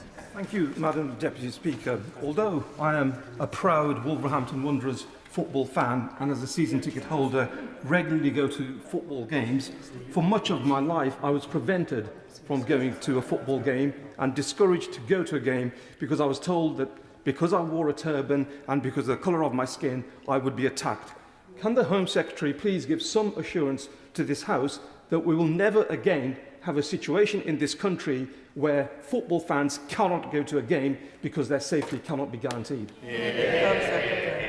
My honourable friend makes the point very powerfully, and that is why it is so important that all police forces always do everything they can to ensure that matters of great cultural and sporting significance in this country can go ahead safely, and that people are not prevented from going and enjoying a game just because of who they are or the faith that they have. Caroline Diney. Much, Madam Deputy Speaker. Among the catalogue of failure here is the news that the decision was partly made on the basis of a hallucinated AI report about an entirely fictitious football match. I wonder what assessment the Home Secretary has made on the extent to which AI is being used by police forces and any other consequential decisions that may have been made using unverified AI. Last month, finally, after 2 months, my Select Committee, Culture, Media and Sports Select Committee, finally received a response to our letter on this from, in this case, the Assistant Chief Constable, Mike O'Hara, who said, and I quote, "He was satisfied that the policing operation was conducted with communities and partners and was effective, proportionate, and maintained the city's reputation as a safe and welcoming place for everyone." What would be the Minister's message to him? Secretary. Well, I think the contents of that letter have now been superseded by the very august report and findings by Sir Andy Cook, and I would hope that everybody who has asserted that there was no problem here and everything has worked exactly as it should will now reflect on what they have said and done, and give the rest of us confidence that these mistakes will not happen again. On AI, look, I think AI is an incredibly powerful tool and has a big role to play in assisting the police, particularly when it comes comes to sifting through evidence at speed and improving other productivity measures so that they can get on with the job of finding criminals and bringing them to justice. It's important that it's used in a way that is accurate and does not lead to misleading statements, as we've seen in this case, but also protects the validity of evidence, which ultimately has to be strong enough to hold up in a court of law. And that's why I'll be saying more in the Policing Reform White Paper in just a few weeks' time, setting out the government's approach and expectations of the rollout of AI to policing more broadly. Lawrence Turner. Thank you very much, Madam Deputy Speaker, and I thank my Right Honourable friend Home Secretary for her statement. As a Birmingham MP, I've set out on a number of occasions in this chamber my serious concerns about both the decision and the way that it was made, and it is clear that the Chief Constable's position is untenable. I pay tribute to the many police officers who are working hard to make Birmingham safer for all its communities. But this decision will not have arisen in a vacuum. Put simply, if there was a sufficient and professional culture followed at every level and by every individual in West Midlands Police, then this decision would never have been made. So does she agree that there must be sufficient assurance now that other decisions, including those that may not have the same national profile but are important to my constituents, have not been tainted by a similar failure of process? And if the Chief Constable does resign or if he is removed, does she agree also that measures must be put in place to make sure that the highest operational standards are maintained for everyone in Birmingham? Secretary. Well, I thank my fellow Birmingham Member of Parliament for his comments and his question. Let me just say to him, Sir Andy in his report today does not make a broader finding of systemic failure. The failures that have been highlighted in terms of the approach to evidence and the way in which the risk assessment was carried out is in relation to this specific event. He didn't give us cause for concern about broader West Midlands practice, but of course, I'm sure the Police and Crime Commissioner and others, myself included, and all Birmingham MPs will want to assure themselves of the robustness of the procedures that the West Midlands Police have in place. I'm sure we'll return to these matters as there are further developments in this case. Mark Pritchard. Madam Deputy Speaker, can I commend the Home Secretary for her robust statement today and the leadership that she's shown this afternoon. On the issue of community relations, could she assure me and other members that lessons will be learned out of this report, and other chief officers of other forces will look upon this as a reminder that they should be acting on behalf of the whole community that they seek to serve as chief officers? She mentions on not being able to direct the PCC in the West Midlands to dismiss the Chief Constable. But can I ask whether she is confident that there will be no conflict or conflict of interest, or the PCC won't feel conflicted in taking action in removing the Chief Constable? And of course, the Chief Constable, I'm sure, still has honour and therefore might choose to resign. Home Secretary. I thank the honourable gentleman. Look, he's right on community relations. Let me just reflect that I think there are many people acting in bad faith and with malign intent across our country who want to set Britain's Muslims against Britain's Jews. And I think that it's incumbent on all of us to make sure that we don't allow those efforts to succeed. And in relation to the police and the approach to community relations, it's why I'm so clear that we must, all of us, whoever we are and wherever in the country we are, we must be able to rely on the police when they tell us they've come to a risk assessment and that the foundation of their risk assessment is robust and secure. If we can't trust the police on that, then I think we've lost much more than just good and effective policing, and he is right on that. And let me say to him on the position of the Police and Crime Commissioner, he will know I will not want to comment from this dispatch box. Might wish to do. That is a matter entirely for him. He will make that choice independently. We'll have to ask questions on that. There is no conflict of interest, let me assure him of that as well, simply because I have set out a view, having commissioned a report from the independent inspector. I think it's important I come to the House and set out my view, but the Police and Crime Commissioner is unfettered in terms of how he now approaches things, and that is a matter for him, and I've made that clear to him, as I'm sure all of his own legal advice will say so as well. Antonia Vance. Thank you very much, Madam Deputy Speaker, and I wanted to thank my right honourable friend, the Home Secretary, for her words, particularly about the dedicated frontline police officers of West Midlands Police who serve my community and hers. It is clearly time for the Chief Constable to go. It is right that we expect a high standard of community engagement across all of our communities from all of our senior public servants, and this has clearly not been met in this case, as we've explored thoroughly in this statement. But I wondered if more broadly the Home Secretary might wish to comment on whether she might urgently bring forward a community cohesion strategy that tackles extremism, anti-Semitism and sets out clear expectations of how we live together in this great country of ours. Home Secretary. Thank my honourable friend. Let me assure her all matters of community cohesion are under intense discussion across government. My right honourable friend, the Secretary of State for Communities and Local Government, has already set up a task force to deal with anti-Semitism. I'm sure the Prime Minister and myself will have more to say in the weeks to come as to how we take a fresh approach. But it is a wider government question because, of course, the Home Office interest is on countering extremism, as it rightly should be. But, of course, the broader interest we all have on community cohesion sits across the rest of government as well, but I can assure it is a cross-government effort. Richard Tice. Thank you, Madam Deputy Speaker. The Home Secretary quite rightly has lost confidence in the West Midlands Chief Constable, who kowtowed to thugs, abandoned the Jewish community and blamed Jewish fans. Now the question is to the Home Secretary, if the Police and Crime Commissioner fails to fire this Chief Constable, will she still have confidence in that Commissioner? And secondly, will she make the new legislation retrospective in order to ensure that action is delivered? Home Secretary.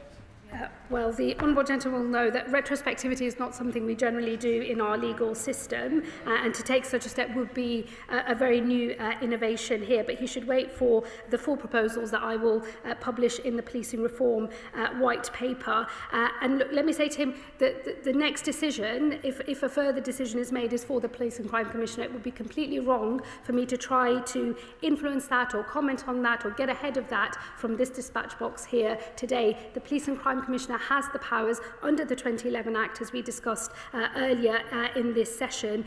It will be for him to reflect on whether he wishes to use his powers. Johnny Reid. Thank you, Madam Deputy Speaker. This sorry saga with the West Midlands Police, I'm afraid, reveals a very serious story about public life in Britain, because it's become clear that employees within our public institutions do not recognise, do not understand, or possibly do not care about anti-Semitism in the police, in our local government, in our universities, political parties and elsewhere. And they're all too willing to accept their claims, the claims of anti-Semites, that their real objection is to the Israeli government at face value. They are unwitting agents of an agenda from the far left, the far right and Islamists. Anti-Semitism is rampant and unrelenting. Will the Home Secretary recognise the urgency of action and consider bringing forward a cross-departmental extremism strategy to address ideological anti-Semitism and other forms of extremism? Well, I thank my honourable friend and her point about the stain of anti-Semitism in our country and the breadth and depth of how anti-Semitism is presenting itself in our country. Her points are well made, and they are problems that I am well aware of and working hard to try to resolve. There is a cross-government effort underway. We'll have more to say in due course. But let me assure her that from the perspective I take as Home Secretary, it is to make sure that our legal system and our law and order, the overall system of policing in our country is robust enough to be able to withstand attempts to frustrate or to improperly influence that system. It's important to remember Sir Andy Cook did not find that anti-Semitism was a motivating factor for the police officers who made these decisions in this case, nor were they subject to improper political interference or acting with malign intent. But I do accept the broader point that she has raised, and I just reassure her that that is something that we are working very carefully on. Sir Alex Shelbrooke. Thank you, Madam Deputy Speaker. And building on the comments from my right honourable friend for Hertsmere, my Jewish community have felt under siege for a decade now. And one thing that is worth paying tribute to is that the previous leader of the opposition, the now Prime Minister, drove out of their party the people who had given anti-Semitism a safe space. But let's not be under an illusion, Madam Deputy Speaker. There are many people who feel they still have that safe space for anti-Semitism. And whether it be in our universities, where huge numbers of students believe that they can, without impunity, hassle Jewish students, whether it be in our hospitals, as outlined in the Lord Mayor and Dame Penny Mordaunt report, which I know the Secretary of State is trying to address, that anti-Semitism is blatant and allowed to get away with. But we must call it at all levels, and I will call out right now, Madam Deputy Speaker, that the Deputy Leader of the Green Party, who I am ashamed to say is a Leeds City Councillor, drove out into hiding the Jewish priest of the University of Leeds, and he is still in hiding. Shame. And they must be called out. So may I ask the Home Secretary that she uses every effort of her office across government to make sure that where anti-Semitism is still given a safe space, where it is still not being addressed, that they call out the leaders of those institutions and look at what action may be taken. This is another watershed moment, as odd as that sounds, but this time something really has to be done. Home Secretary. Well, let me reassure the honourable gentleman the government is taking action across a range of different departments in the education sector, in health, and also myself as Home Secretary to do everything we can to drive out anti-Semitism in every way that it presents itself, and particularly cognisant of the impact on our institutions and how some of our democratic underpinnings for how our society works can be overcome and frustrated and thwarted by anti-Semites seeking to undermine the very basis on which we run our country. Let me assure him every effort is being made, and I would just also reflect that, you know, as someone who has suffered racism and discrimination because of my own faith and my own race background, I think I can speak for most ethnic minority people in the view that we generally take of these matters, which is that none of us are safe until all of us are safe. There has to be solidarity across our country for every one of our communities. It is the collective whole that makes this country great. Joe White. Thank you, Madam Deputy Speaker. As a member of the Home Affairs Select Committee, I've been following this very closely. Safety advisory groups from Birmingham and Leicester last autumn banned or scaled down Diwali events. Does the Home Secretary agree with me that councillors should be removed from SAGs? Should there also be greater transparency to ensure that there is no reliance on confirmation bias, which is intertwined, in my view, with the risk of predetermination that local authorities have a duty to prevent when carrying out their judicial duties? Home Secretary. Well, I thank my honourable friend for the work that she and other members of the Home Affairs Select Committee have done on this and other matters. And let me just say, because there are question marks over the way that safety advisory groups function, and I know, as she remarks, there have been other incidents of controversial decisions where people have had questions about how those decisions came to be made. That is the reason why I asked Sir Andy to look broader at the functioning of safety advisory groups and to come to a view on how they should be made up and the transparency that should be required of them and the process by which they should make their decisions. I think it's a little early to now make determinations about whether any politician should be represented on those groups. I think if the system was to work well, local politicians can bring a local perspective with the knowledge that only they have. But of course, if that then turns into an improper attempt to force their own political agenda, that cannot be tolerated. I hope that when Sir Andy makes some findings on these matters, we'll be able to return to whether policy or legislative change is needed. Bob Blackman. Thank you, Madam Deputy Speaker. I welcome both the tone and content of the Home Secretary's statement today.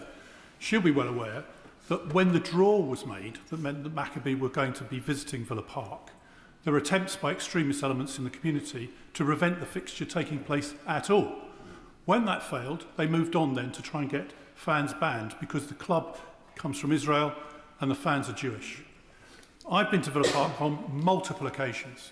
It's perfectly possible for those fans to have been escorted by coach from the airport right outside the ground and for them to be escorted away from the ground immediately afterwards. It was very clear that Aston Villa fans were not going to attack the fans of Maccabi, but extremist elements within the community were going to. It is clear then that the police concocted evidence to support that case. And the reality is, whilst I completely agree with her about the Chief Constable, the senior leadership of West Midlands Police also have questions to answer about who fabricated that evidence, was it done under orders, and if the Chief Constable should go, surely they should go as well. Secretary.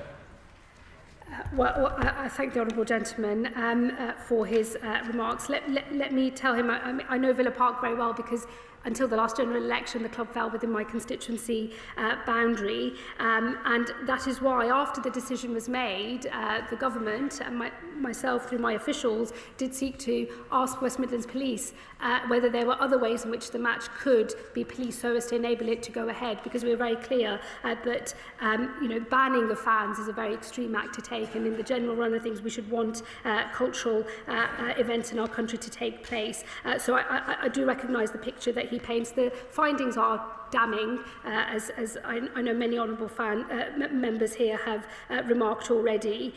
Just let me say to him on the wider issue of other officers, I think in the end, the reason I've made the remarks I have about the Chief Constable today is he is the individual who leads the force. It's happened on his watch. It's for him to have set the proper culture where all of these risk assessments were done properly and where confirmation bias could not have taken hold. And it is the Chief Constable who, of course, made assertions and gave evidence to the Home Affairs Select Committee in the way that he did. It's now for him to reflect on that. He may have things to say himself in the coming days, and it's for the Police and Crime Commissioner, I think, now to consider what further actions he might wish to take, including his broader responsibilities to make sure that the force is functioning as it should. Sean Woodcock. Madam Deputy Speaker, can I say, as an alumni of the University of Birmingham, former resident of Selly Oak, I found this whole saga pretty much astonishing from the start. We've had mistake after mistake, evidence that turns out to have been made up. Meanwhile, the bond of trust with our Jewish community that has already been under increasing pressure has been caused further damage. Now, mistakes do get made, but when they are this serious and include presenting falsified evidence to a committee of this House, somebody has to take responsibility. And so I would echo the calls that have been made by members across this House for the Chief Constable to do the decent thing and to resign and to do it today. Secretary.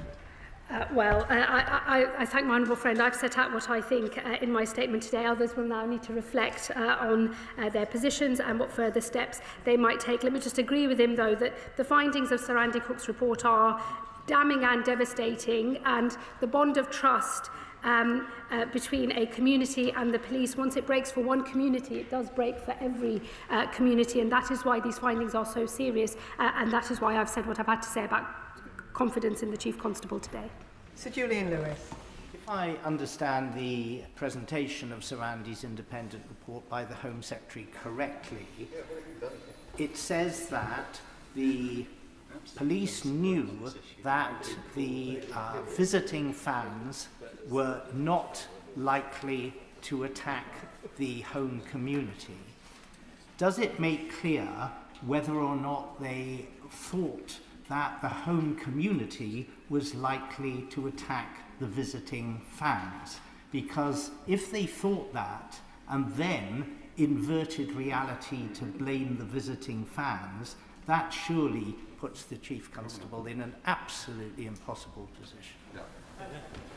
The findings in Sir Andy Cook's report are about an overstating of the risk posed by the travelling fans and an understatement of the risk posed to those fans by others in the local community. So it isn't a case of one thing being presented as fact and the other not. There's an overstatement and an understatement that has taken place, and the effect of that has been to present a risk assessment that was imbalanced, wholly skewed in one direction, and did not adequately deal with all of the risks that were posed. I believe one of the reasons suggested for why the possible attack from local individuals against the travelling fans was about community relations. It's why what I said in my statement I stand by.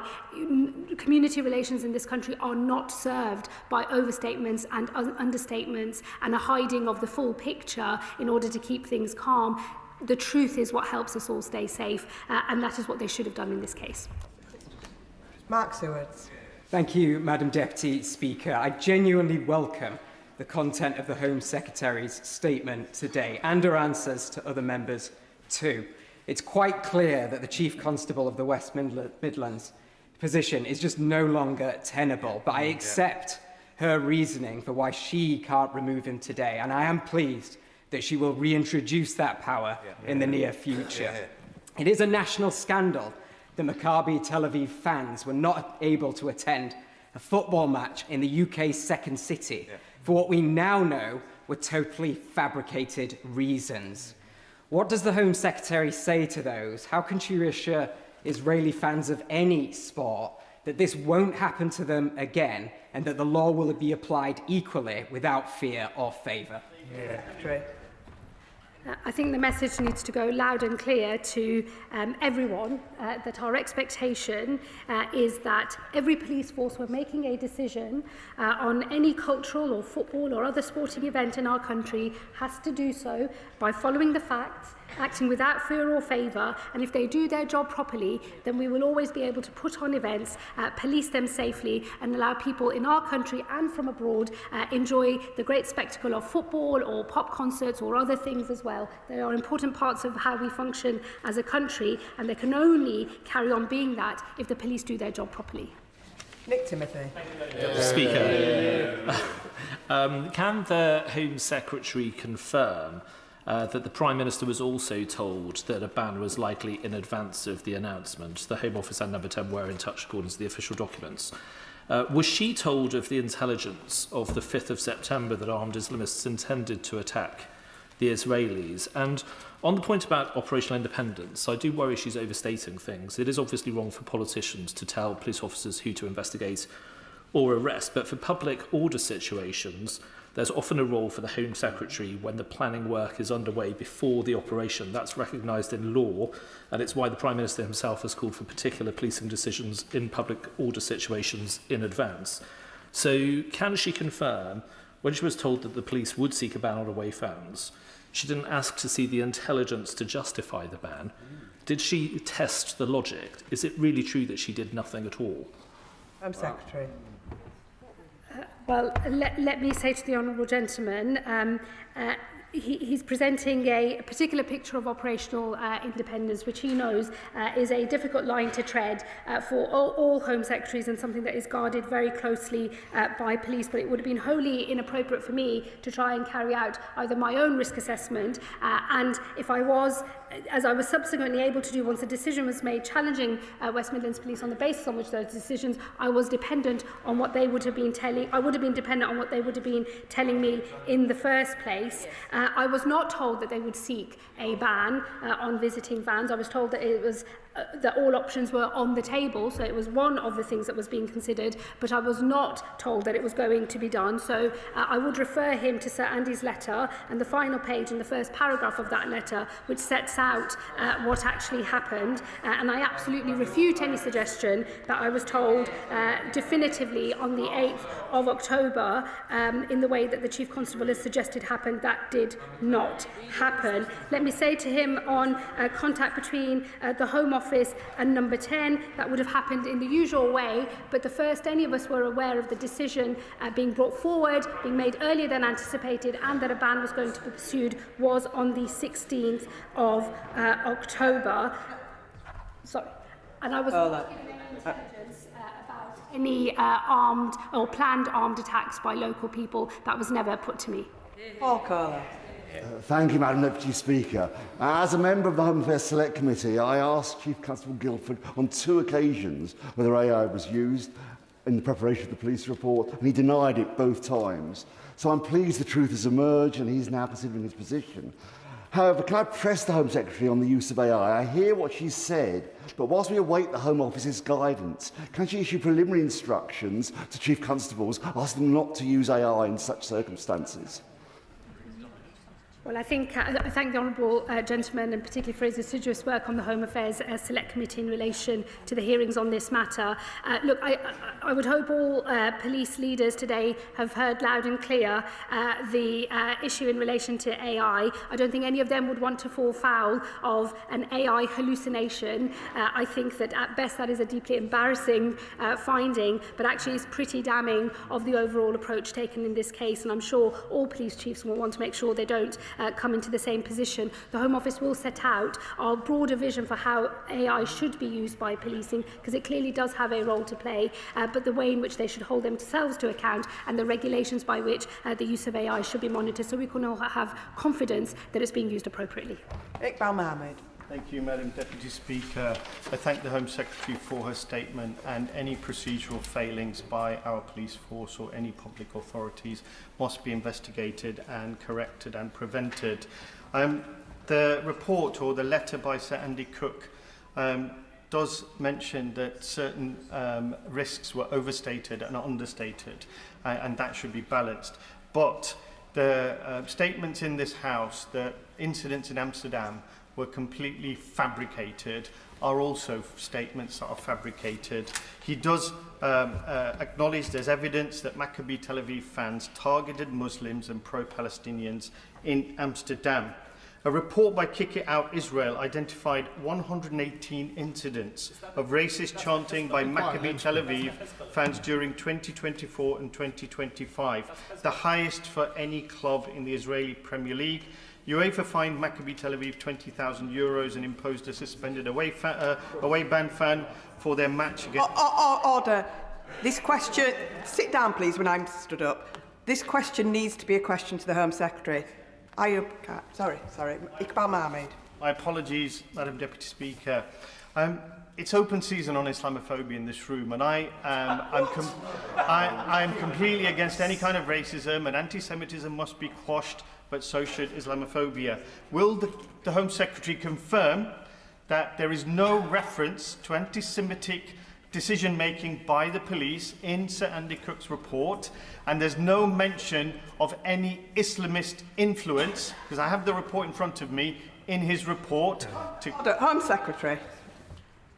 Well, what I would say to the honourable gentleman, and indeed all members of the House, is we should be led by the findings of the independent inspector. He's been very clear on where evidence was overstated. He's been very clear about where it was understated. He said that he believes confirmation bias was at work, and there are very significant failings of West Midlands Police in this matter, and that is why I have said what I have had to say in my statement today. Let me just say more broadly to him and to everybody else, I just reiterate the point. There are people in this country who want to set our minority communities against one another. Every member of this House should want to police that boundary and make sure that does not take hold in our country. But we can all only be confident that we are all subject to the same law across wherever we are in this country if we can trust that the police will apply themselves without fear or favour. It is in everyone's interest to make sure that these issues are dealt with properly, and every citizen deserves the same sort of response from the police, that when they tell us something is true, we can believe them. That's what's not happened in this case, and that's what needs to happen in the future.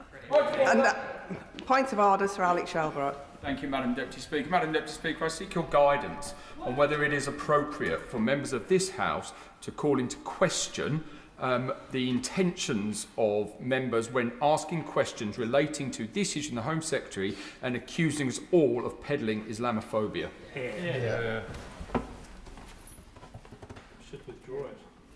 Can I remind all members to be careful of their language, to be moderate in their language, and treat this chamber and members within this chamber with respect, and then we can't go far wrong. Whilst it's not a point of order, it is a matter for the chair, and I thank the honourable gentleman for raising that. That concludes the statement.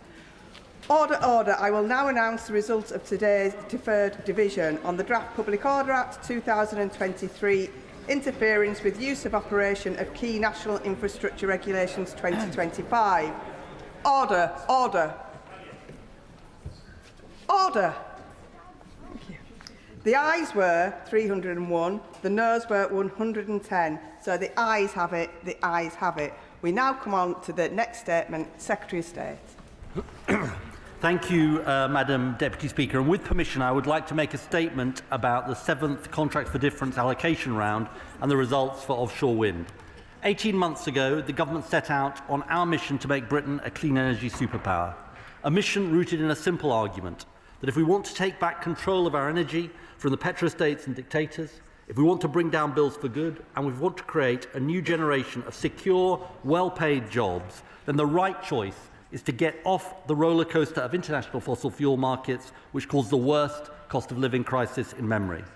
Madam Deputy Speaker, for a year and a half, this mission has faced determined opposition from a well-funded band of doomsters and defeatists.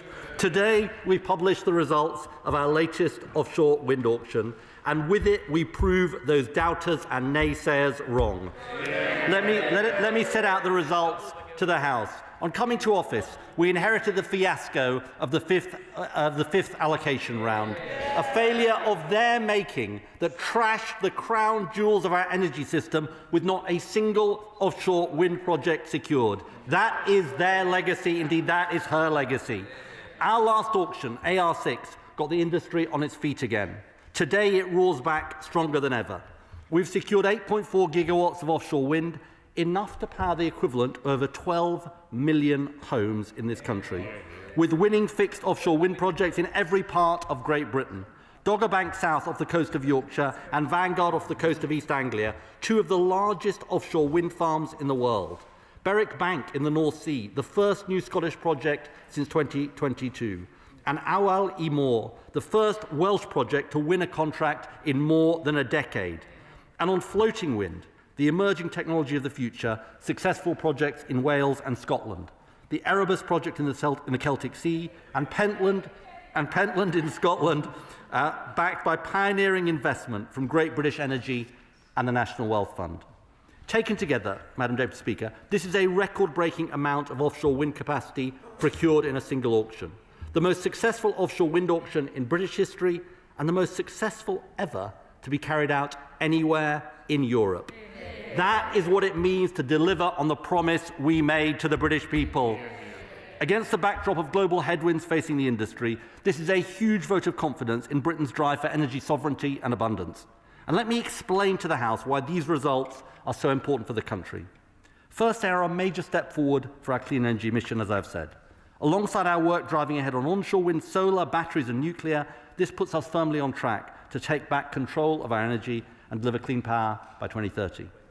We only have to look at events around the world, Madam Deputy Speaker, to see that we live in increasingly unstable and uncertain times. Fossil fuel shocks have caused half of the UK's recessions since 1970. Last year, wholesale gas prices spiked by 15% in a single week after global instability in the Middle East. And we must never forget the impact of Russia invading Ukraine, which saw family finances, business finances, and the public finances wrecked as a result of them leaving us exposed to fossil fuels. This exposure leaves us incredibly vulnerable as a country, and we haven't got a moment to waste in ending it. That is why our mission is so important. And these record-breaking results show our approach to building things again in this country is working. We are more secure today in our energy system than we were yesterday, thanks to these results. And we look forward to building on this momentum as we look ahead to AR8, which we're on track to open later this year. Second, on costs. These results show offshore wind is cheaper to build and operate than new gas. Today we publish updated estimates of the levelised cost of electricity, the standard industry metric, which includes the cost of building and operating new gas-fired power stations. The same metric that was published under the last Energy Secretary. These estimates show that the cost of building and operating a new gas-fired power station is £147 per megawatt hour. By contrast, I can inform the House that the average price for fixed offshore wind in today's auction was £90.91 per megawatt hour. In other words, 40% cheaper than the cost of building and operating new gas.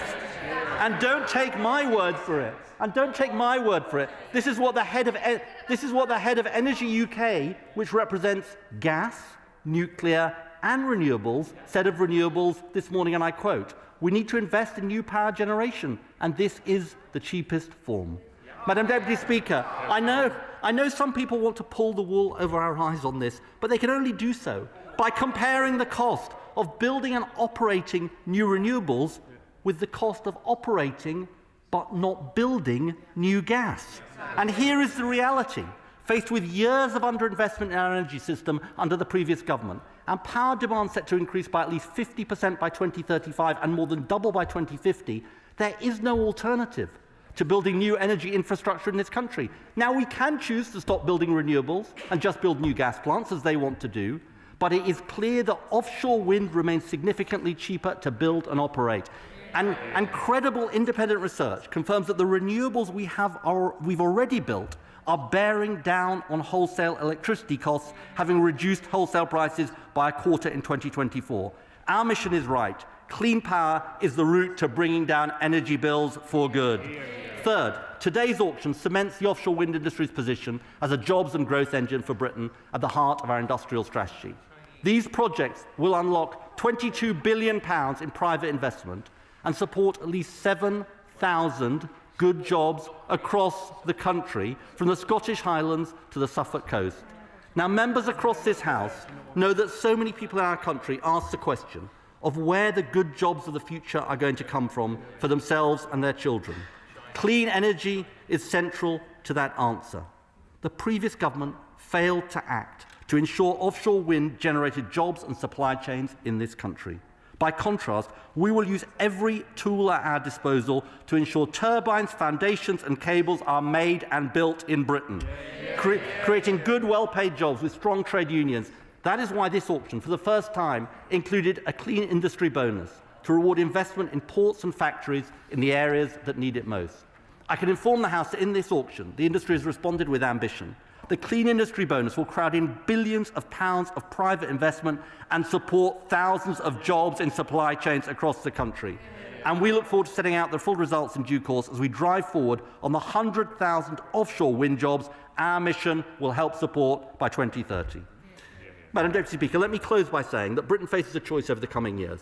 We can seize the opportunities of clean homegrown energy to cut bills and create jobs, or we can double down on our exposure to fossil fuels. In calling for us to cancel this auction, our opponents made their choice, setting their face against cheaper, cleaner, homegrown power, against 7,000 jobs supported today and thousands more to come, against taking back control of our energy sovereignty, and against action on the climate crisis to protect our children and grandchildren. Madam Deputy Speaker, this government has made our choice for energy security, lower bills, good jobs and climate, and I commend this statement to the House. Shadow Secretary of State. Thank you, Madam Deputy Speaker, and I thank the Secretary of State for advance sight of his statement. What the Secretary of State has done today is given a massive boost to the profits of multi-million-pound energy companies, but it will be paid for consumers through their bills. So what do the prices show us? First, wind power is not getting cheaper as promised. These are the highest prices that we've seen in a decade. Today's strike prices in a like-for-like comparison are much higher than last year. If we use the Secretary of State's own figures on the worth of the contract extension that he put forward to 20 years, they are 24% more expensive than last year. That's an enormous increase year on year, 24%. More expensive, much higher than inflation. So can he explain why building a wind farm has suddenly got so much more expensive? Well, I can. It's because the Secretary of State, by setting himself completely unrealistic targets, he advertised to multi-million-pound wind developers that he would be buying whatever they were selling, no matter the cost. He flexed all the rules, he extended their contracts. In fact, he gave the wind developers everything they wanted, and this is how they repaid him. The most expensive prices for wind power that we've seen in a decade. And he wants us to celebrate the fact that he bought a bumper round, the biggest in history, in his own words. Now let's take his key argument on levelised cost of electricity. If he had looked at or replied to any of the letters I had sent him, he would know that I did not agree with using an LCOE to compare wind power and gas power. He will know I started, he might want to listen to this because he might learn something. He will know I started a full systems cost, which he cancelled, even though I urged him to continue it. That's because the full cost of these contracts to the consumer are £95 in today's money, plus inflation, plus the extra costs that come with wind, turning them off when it's too windy, having a backup gas plant when it's not windy enough, and connecting them to the grid.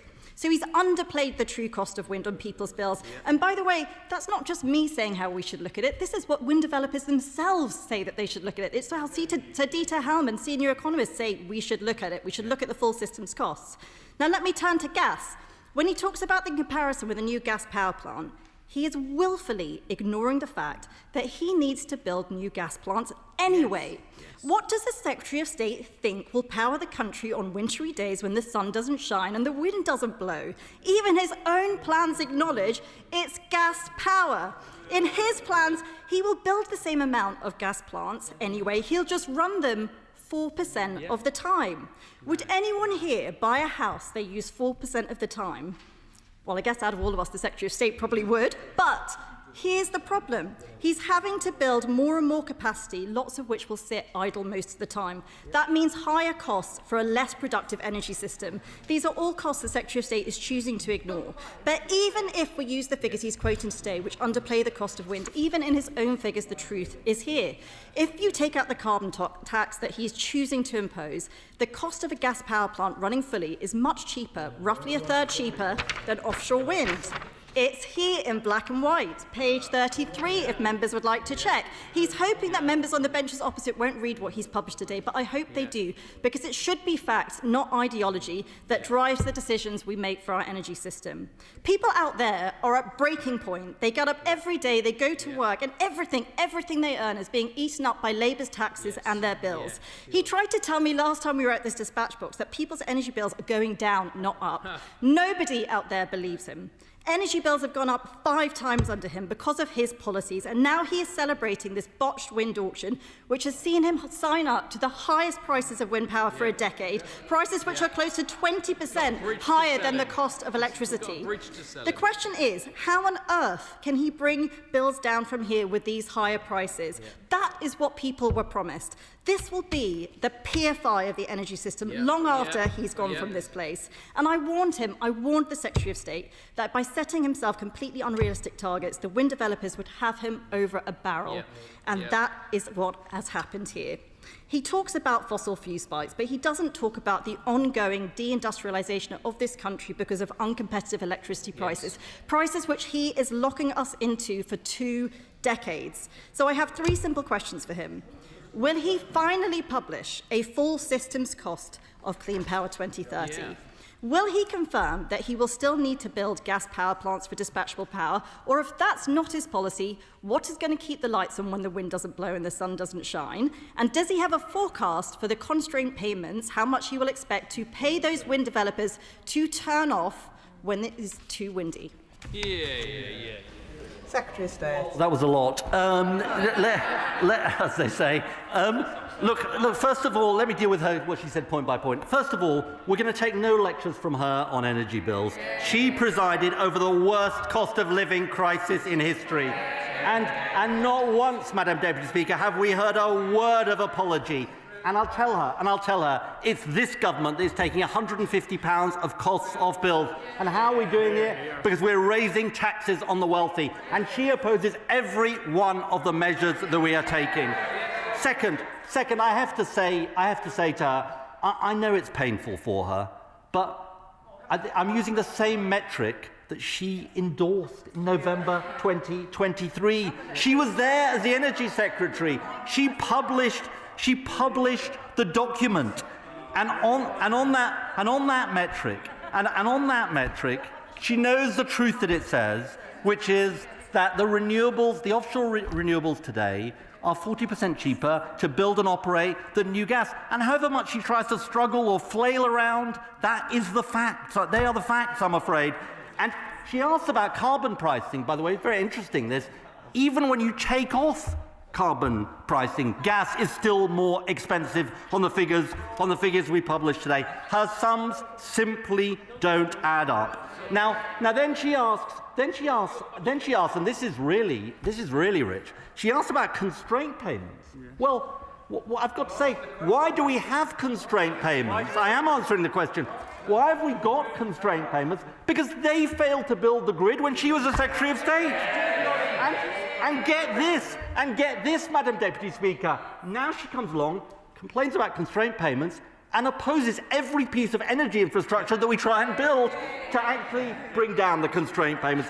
I mean, it is extraordinary. But here's her big problem, Madam Deputy Speaker.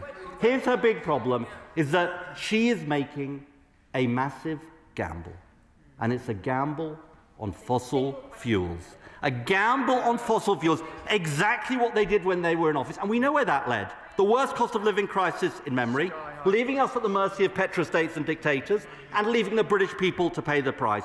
Madam Deputy Speaker, I'll end up by saying this. We were elected with a historic mandate to end their record of failure, and that's what we're doing. We're ending the sellout of our energy security. We're cutting bills. We're creating hundreds of thousands of clean energy jobs. We're protecting future generations. Let me sum it up. She failed. We're delivering.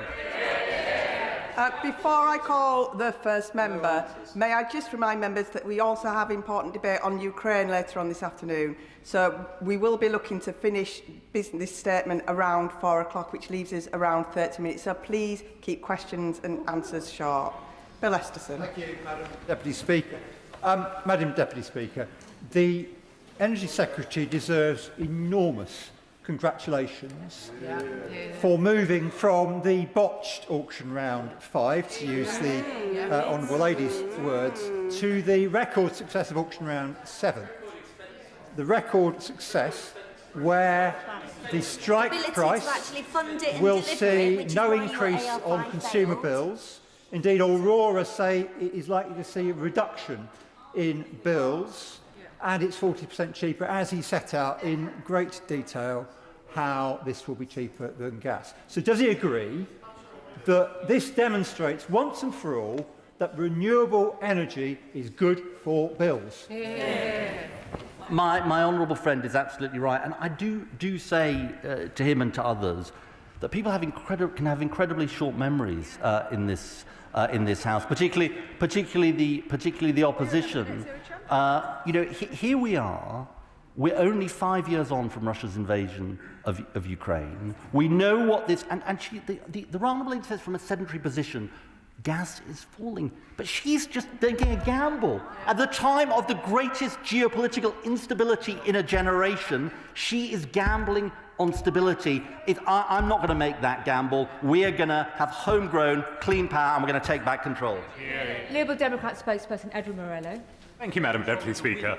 I would like to start by welcoming the results of the AR7 allocation.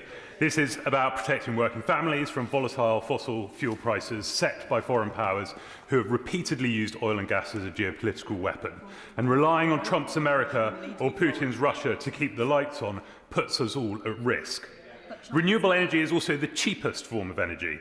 And it is only through renewable energy that we can deliver permanently low and secure energy prices and help with the cost of living crisis, not just today, but for the long term.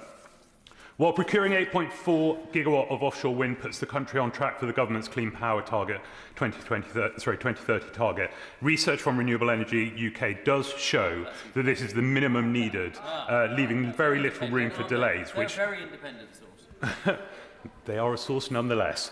But it does place even greater importance on AR8. So I'm hoping the government will commit to its timetable to open AR8 by the summer and to announce the results by the end of the year. Meanwhile, there is still work to be done to bring down bills for working families and businesses, which is why I urge the Secretary of State to look at Liberal Democrat proposals to phase out the outdated renewable energy certificate scheme and replace it fully with a contract for difference scheme. We all must also be honest about the impact of Brexit on energy bills. Well, we can't get through it without mentioning it. So will the government commit to accelerating negotiations to re-engage with the EU's internal energy market to ensure access to cheap electricity when we need a guarantee energy source and export market for when we overproduce?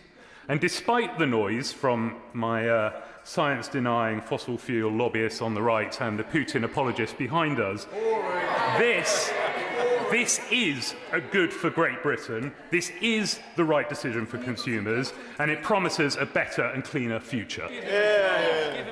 Good lines.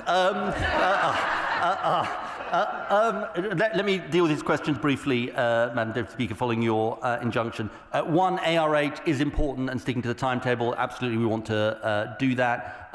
He's right, we're rebuilding confidence in the industry.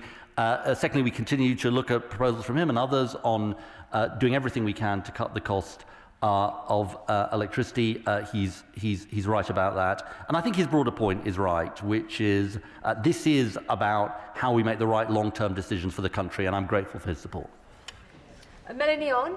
Thank you very much, Madam Deputy Speaker. I mean, I would say I'm old enough to remember when Conservative Prime Minister, Boris Johnson, said that he wanted Grimsby to be the Riyadh of offshore wind. And I also remember the opposition secretary attending offshore wind conferences, championing the sector. So where she stands now is in direct opposition to where she was just a few years ago. And I, for one, am pleased to see the East Coast offshore wind industry strengthened through today's announcement, which will help to deliver energy independence for the UK, secure existing jobs in the sector, of which there are 12,000 clean energy-related jobs in Lincolnshire.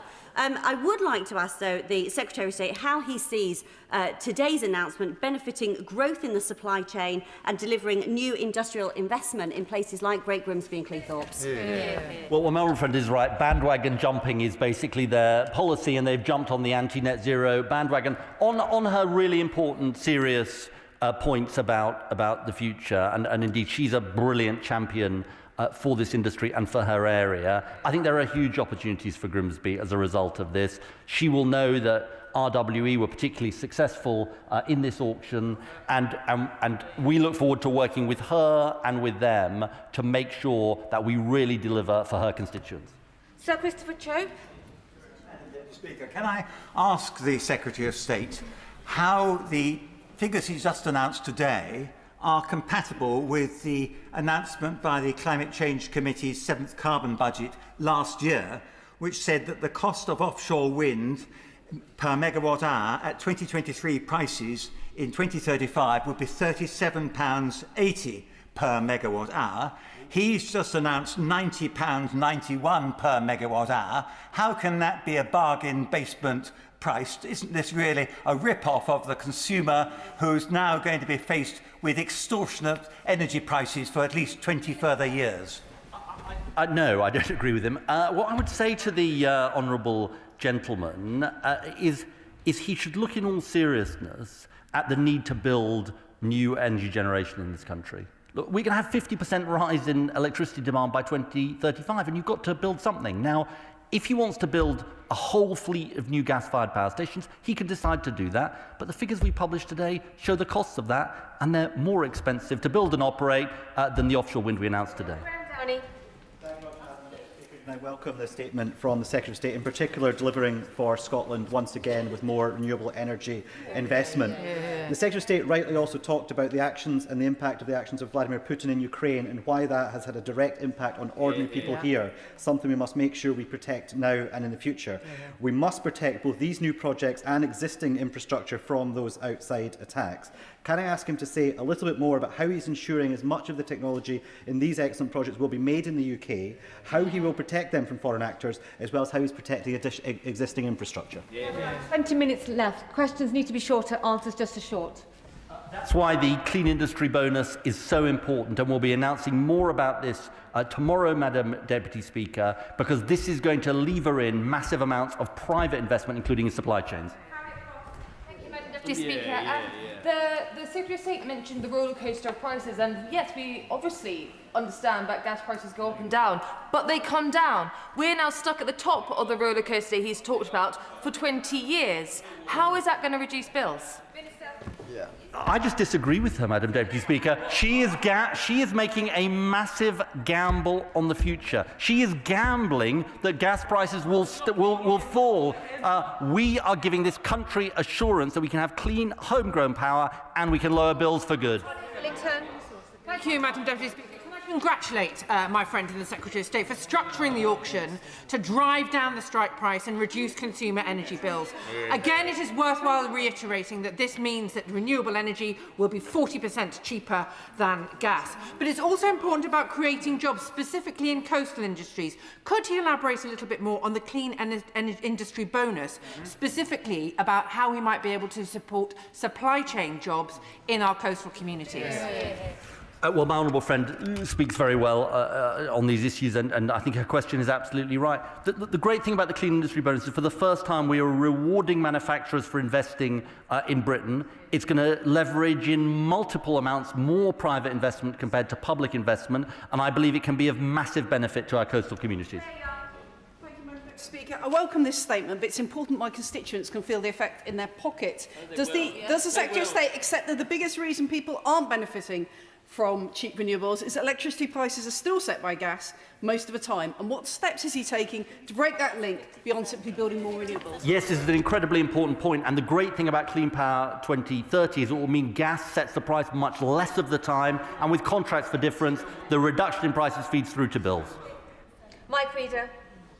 This is a fantastic announcement for the UK, and it's fantastic also to hear that you're preparing, the Secretary of State is already preparing for AR8. But could you assure the House that there's going to be as much focus from his department on mid and long-term storage that we need to support all this growth in generation? I think my honourable friend makes a really important point, for example, about battery storage and long-duration storage, and that is something that we are working on as a department, that Ofgem is working on, because this is what is the sort of crucial other part of the jigsaw. Ashley Fox. Madam Deputy Speaker, the Secretary of State is going to pay a floating wind farm £216 per megawatt hour. Can you explain how that will lower fuel prices for my constituents? This is about an innovative technology, and the experience we had with and he's right, it is expensive at the moment, but the experience we had with offshore wind and onshore wind and solar was that by investing in it at the front end, we then lowered the price through deployment, and that is what meant it's a cheaper technology. So yes, we are supporting floating wind, and we do think it's the right thing to do, but it is a crucial next frontier when it comes to the offshore wind industry. MP, offshore wind matters greatly to me. As the largest employer in my constituency, GE Vernova produces critical components for this sector. Could the Secretary of State assure me that any and all future manufacturing requirements for this sector will recognise those companies who are investing in the UK, building skills, providing good jobs? And could I again ask him to join me at Stafford as our HVDC facility? Well, I have a long-standing promise, which I will fulfil, to do everyone seems to know about it, to visit my honourable friend's constituency and what GE Vernova is doing. And I think my honourable friend makes a really important point, which is about making sure that when it comes to procurement, which I know that GE Vernova have a particular interest in, that we procure as much as possible from the UK. And that is something that my department is working on, not just through the clean industry bonus, but many other things we're doing. While the news on Berwick Bank in Pentland is hugely welcome, it risks masking serious jeopardy for Scotland's offshore wind sector. There's great worry that today's news represents a longer-term shift in the renewables industry from north to south due to the current unfair and disproportionate regime of transmission charges. If Scotland's offshore wind sector is to have a future, we need to see reform of transmission charges before auction round 8, will we? Even by the standards of the sort of miserablest UK all-comers record SNP, that takes some beating. I think he gets the award, Madam Deputy Speaker. This is a great news story for Scotland, not just Berwick Bank, but in terms of floating wind, and we want to carry on with that progress in ARA. Thank you, Madam Speaker. It's a fantastic announcement for Mid and South Pembrokeshire as it enables Wales's first floating offshore wind farm. Can I ask the Secretary of State how he will work with developers to maximise their use of local supply chain so that communities like mine can see the real benefits in terms of jobs and local economic growth? Can I first congratulate my honourable friend, because he has been an absolutely brilliant champion of this industry, and I'm so glad about today's announcement. And he is absolutely right. And I think I do want developers and all of the businesses involved to hear his message and his question loud and clear, which is we want to see this development built in Britain. And it is incredibly important that we work with them, and we will, to make sure that happens. Tice. Thank you, Deputy Speaker, the Secretary of State has inadvertently misled the House. I have gas-fired power plant developers willing to build and operate at last year's price of £79 per megawatt hour.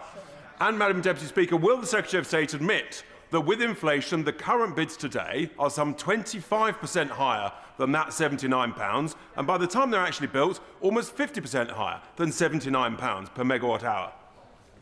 With the greatest of respect, I trust our analysts in my department more than I do the honourable gentleman when it comes to arithmetic. And I've got to say to him, as somebody who I think has had an interest in the past in solar panels and all kinds of things, oh, solar panels on roofs, so it's all right for him, but just not for anyone else. That tells us a lot. Jane Kirkham. Thank you, Madam Deputy Speaker. As co-chair of the Celtic Sea Floating Offshore Wind APPG, I welcome the test and demo model CFD in the Celtic Sea. It will open the Celtic Sea up to investment. There are other test and demo models in the Celtic Sea. Could I ask the Secretary of State about the role of GB Energy to kickstart these test and demo models as well as supply chains? Hear, hear. My honourable friend makes a really, really important point, and GB Energy has invested in the Pentland project in Scotland. Obviously, they are commercially independent, operationally independent from us, so they make their own decisions. But I think what it shows is that combined with the CFD, GB Energy can play a nurturing role for this technology, and that is incredibly important. It's what they've done in other countries for a long time, and it's now starting to happen here. Anderson. Thank you, Madam Deputy Speaker. The price that this has been fixed at today is higher than what gas is with the reduction of carbon tax, or at the average of all of gas of last year. South Shropshire residents' energy bills are going up since the Minister has been Secretary of State. When can he promise that energy bills are going to come down for my constituents? Well, we're going to be taking £150 off bills in April. But let me refer him to a really important report, Madam Deputy Speaker, if you just allow me, done by the ECIU, the Climate Intelligence Unit, Energy and Climate Intelligence Unit. Because what they show, you see, is that by having renewables on the system, we don't pay for expensive gas, much higher than the average wholesale price. And by not procuring that expensive gas, they believe we've brought down the wholesale price by at least £25 per megawatt hour. It's a really important report. You should read it. Thank you very much indeed, Madam Deputy Speaker. Well, I very much congratulate my right honourable friend, the Secretary of State, in securing this huge offshore wind investment, which will bring good jobs and opportunities for local businesses to South West Wales, as well as bringing down bills and increasing energy security. But will the Secretary of State liaise with appropriate colleagues to ensure the necessary investment in the port of Port Talbot? And can you give us some sort of indication of the construction time in the Celtic Sea and the proposed delivery time of electricity to the grid? I can assure my honourable friend, who's a fantastic champion on these issues, that we are very much engaged with Port Talbot and the port on this issue in ABP, because it is incredibly important that we make those investments in the port, and she should sort of watch this space on those issues. Carla Denyer. Deputy Speaker, as a former offshore wind engineer, I am delighted that the government has secured record offshore wind capacity. Genuinely well done. But what's even cheaper than renewable energy is the energy you don't have to use because your home is more energy efficient. So the government scrapping an energy efficiency programme last year without announcing what it would be replaced by was less welcome. So could the Secretary of State assure my constituents that when the long-delayed Warm Homes Plan does come out, it will make sure that everyone can have a comfortable, warm, energy-efficient, affordable home?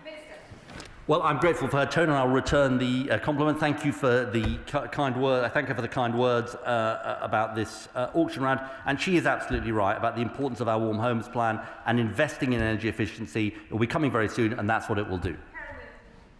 Madam Deputy Speaker, very much welcome this news for those of us who believe in a swift transition away from fossil fuels.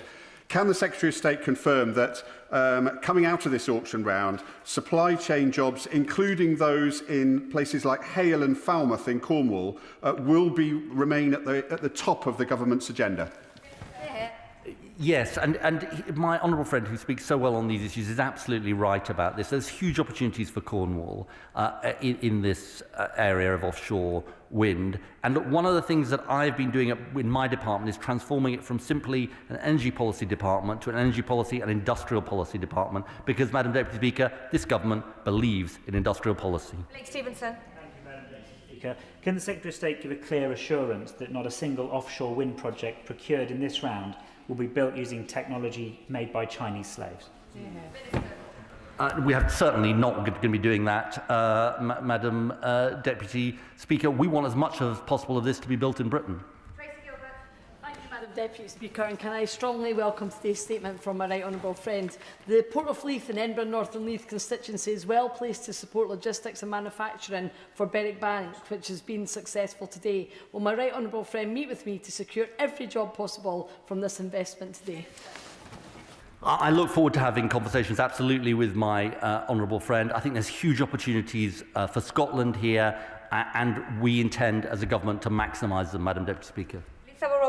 And of course, we welcome the new offshore wind projects in Wales and all the anticipated jobs. But if only we could guarantee that profits would stay in our communities and that the use of local supply chains was contractually hardwired. So will his government ensure that time is secured for a debate on the Crown Estate Bill so we can discuss how the people of Wales get their fair share of offshore wind profits? I think securing time in the House is way above my pay grade, Madam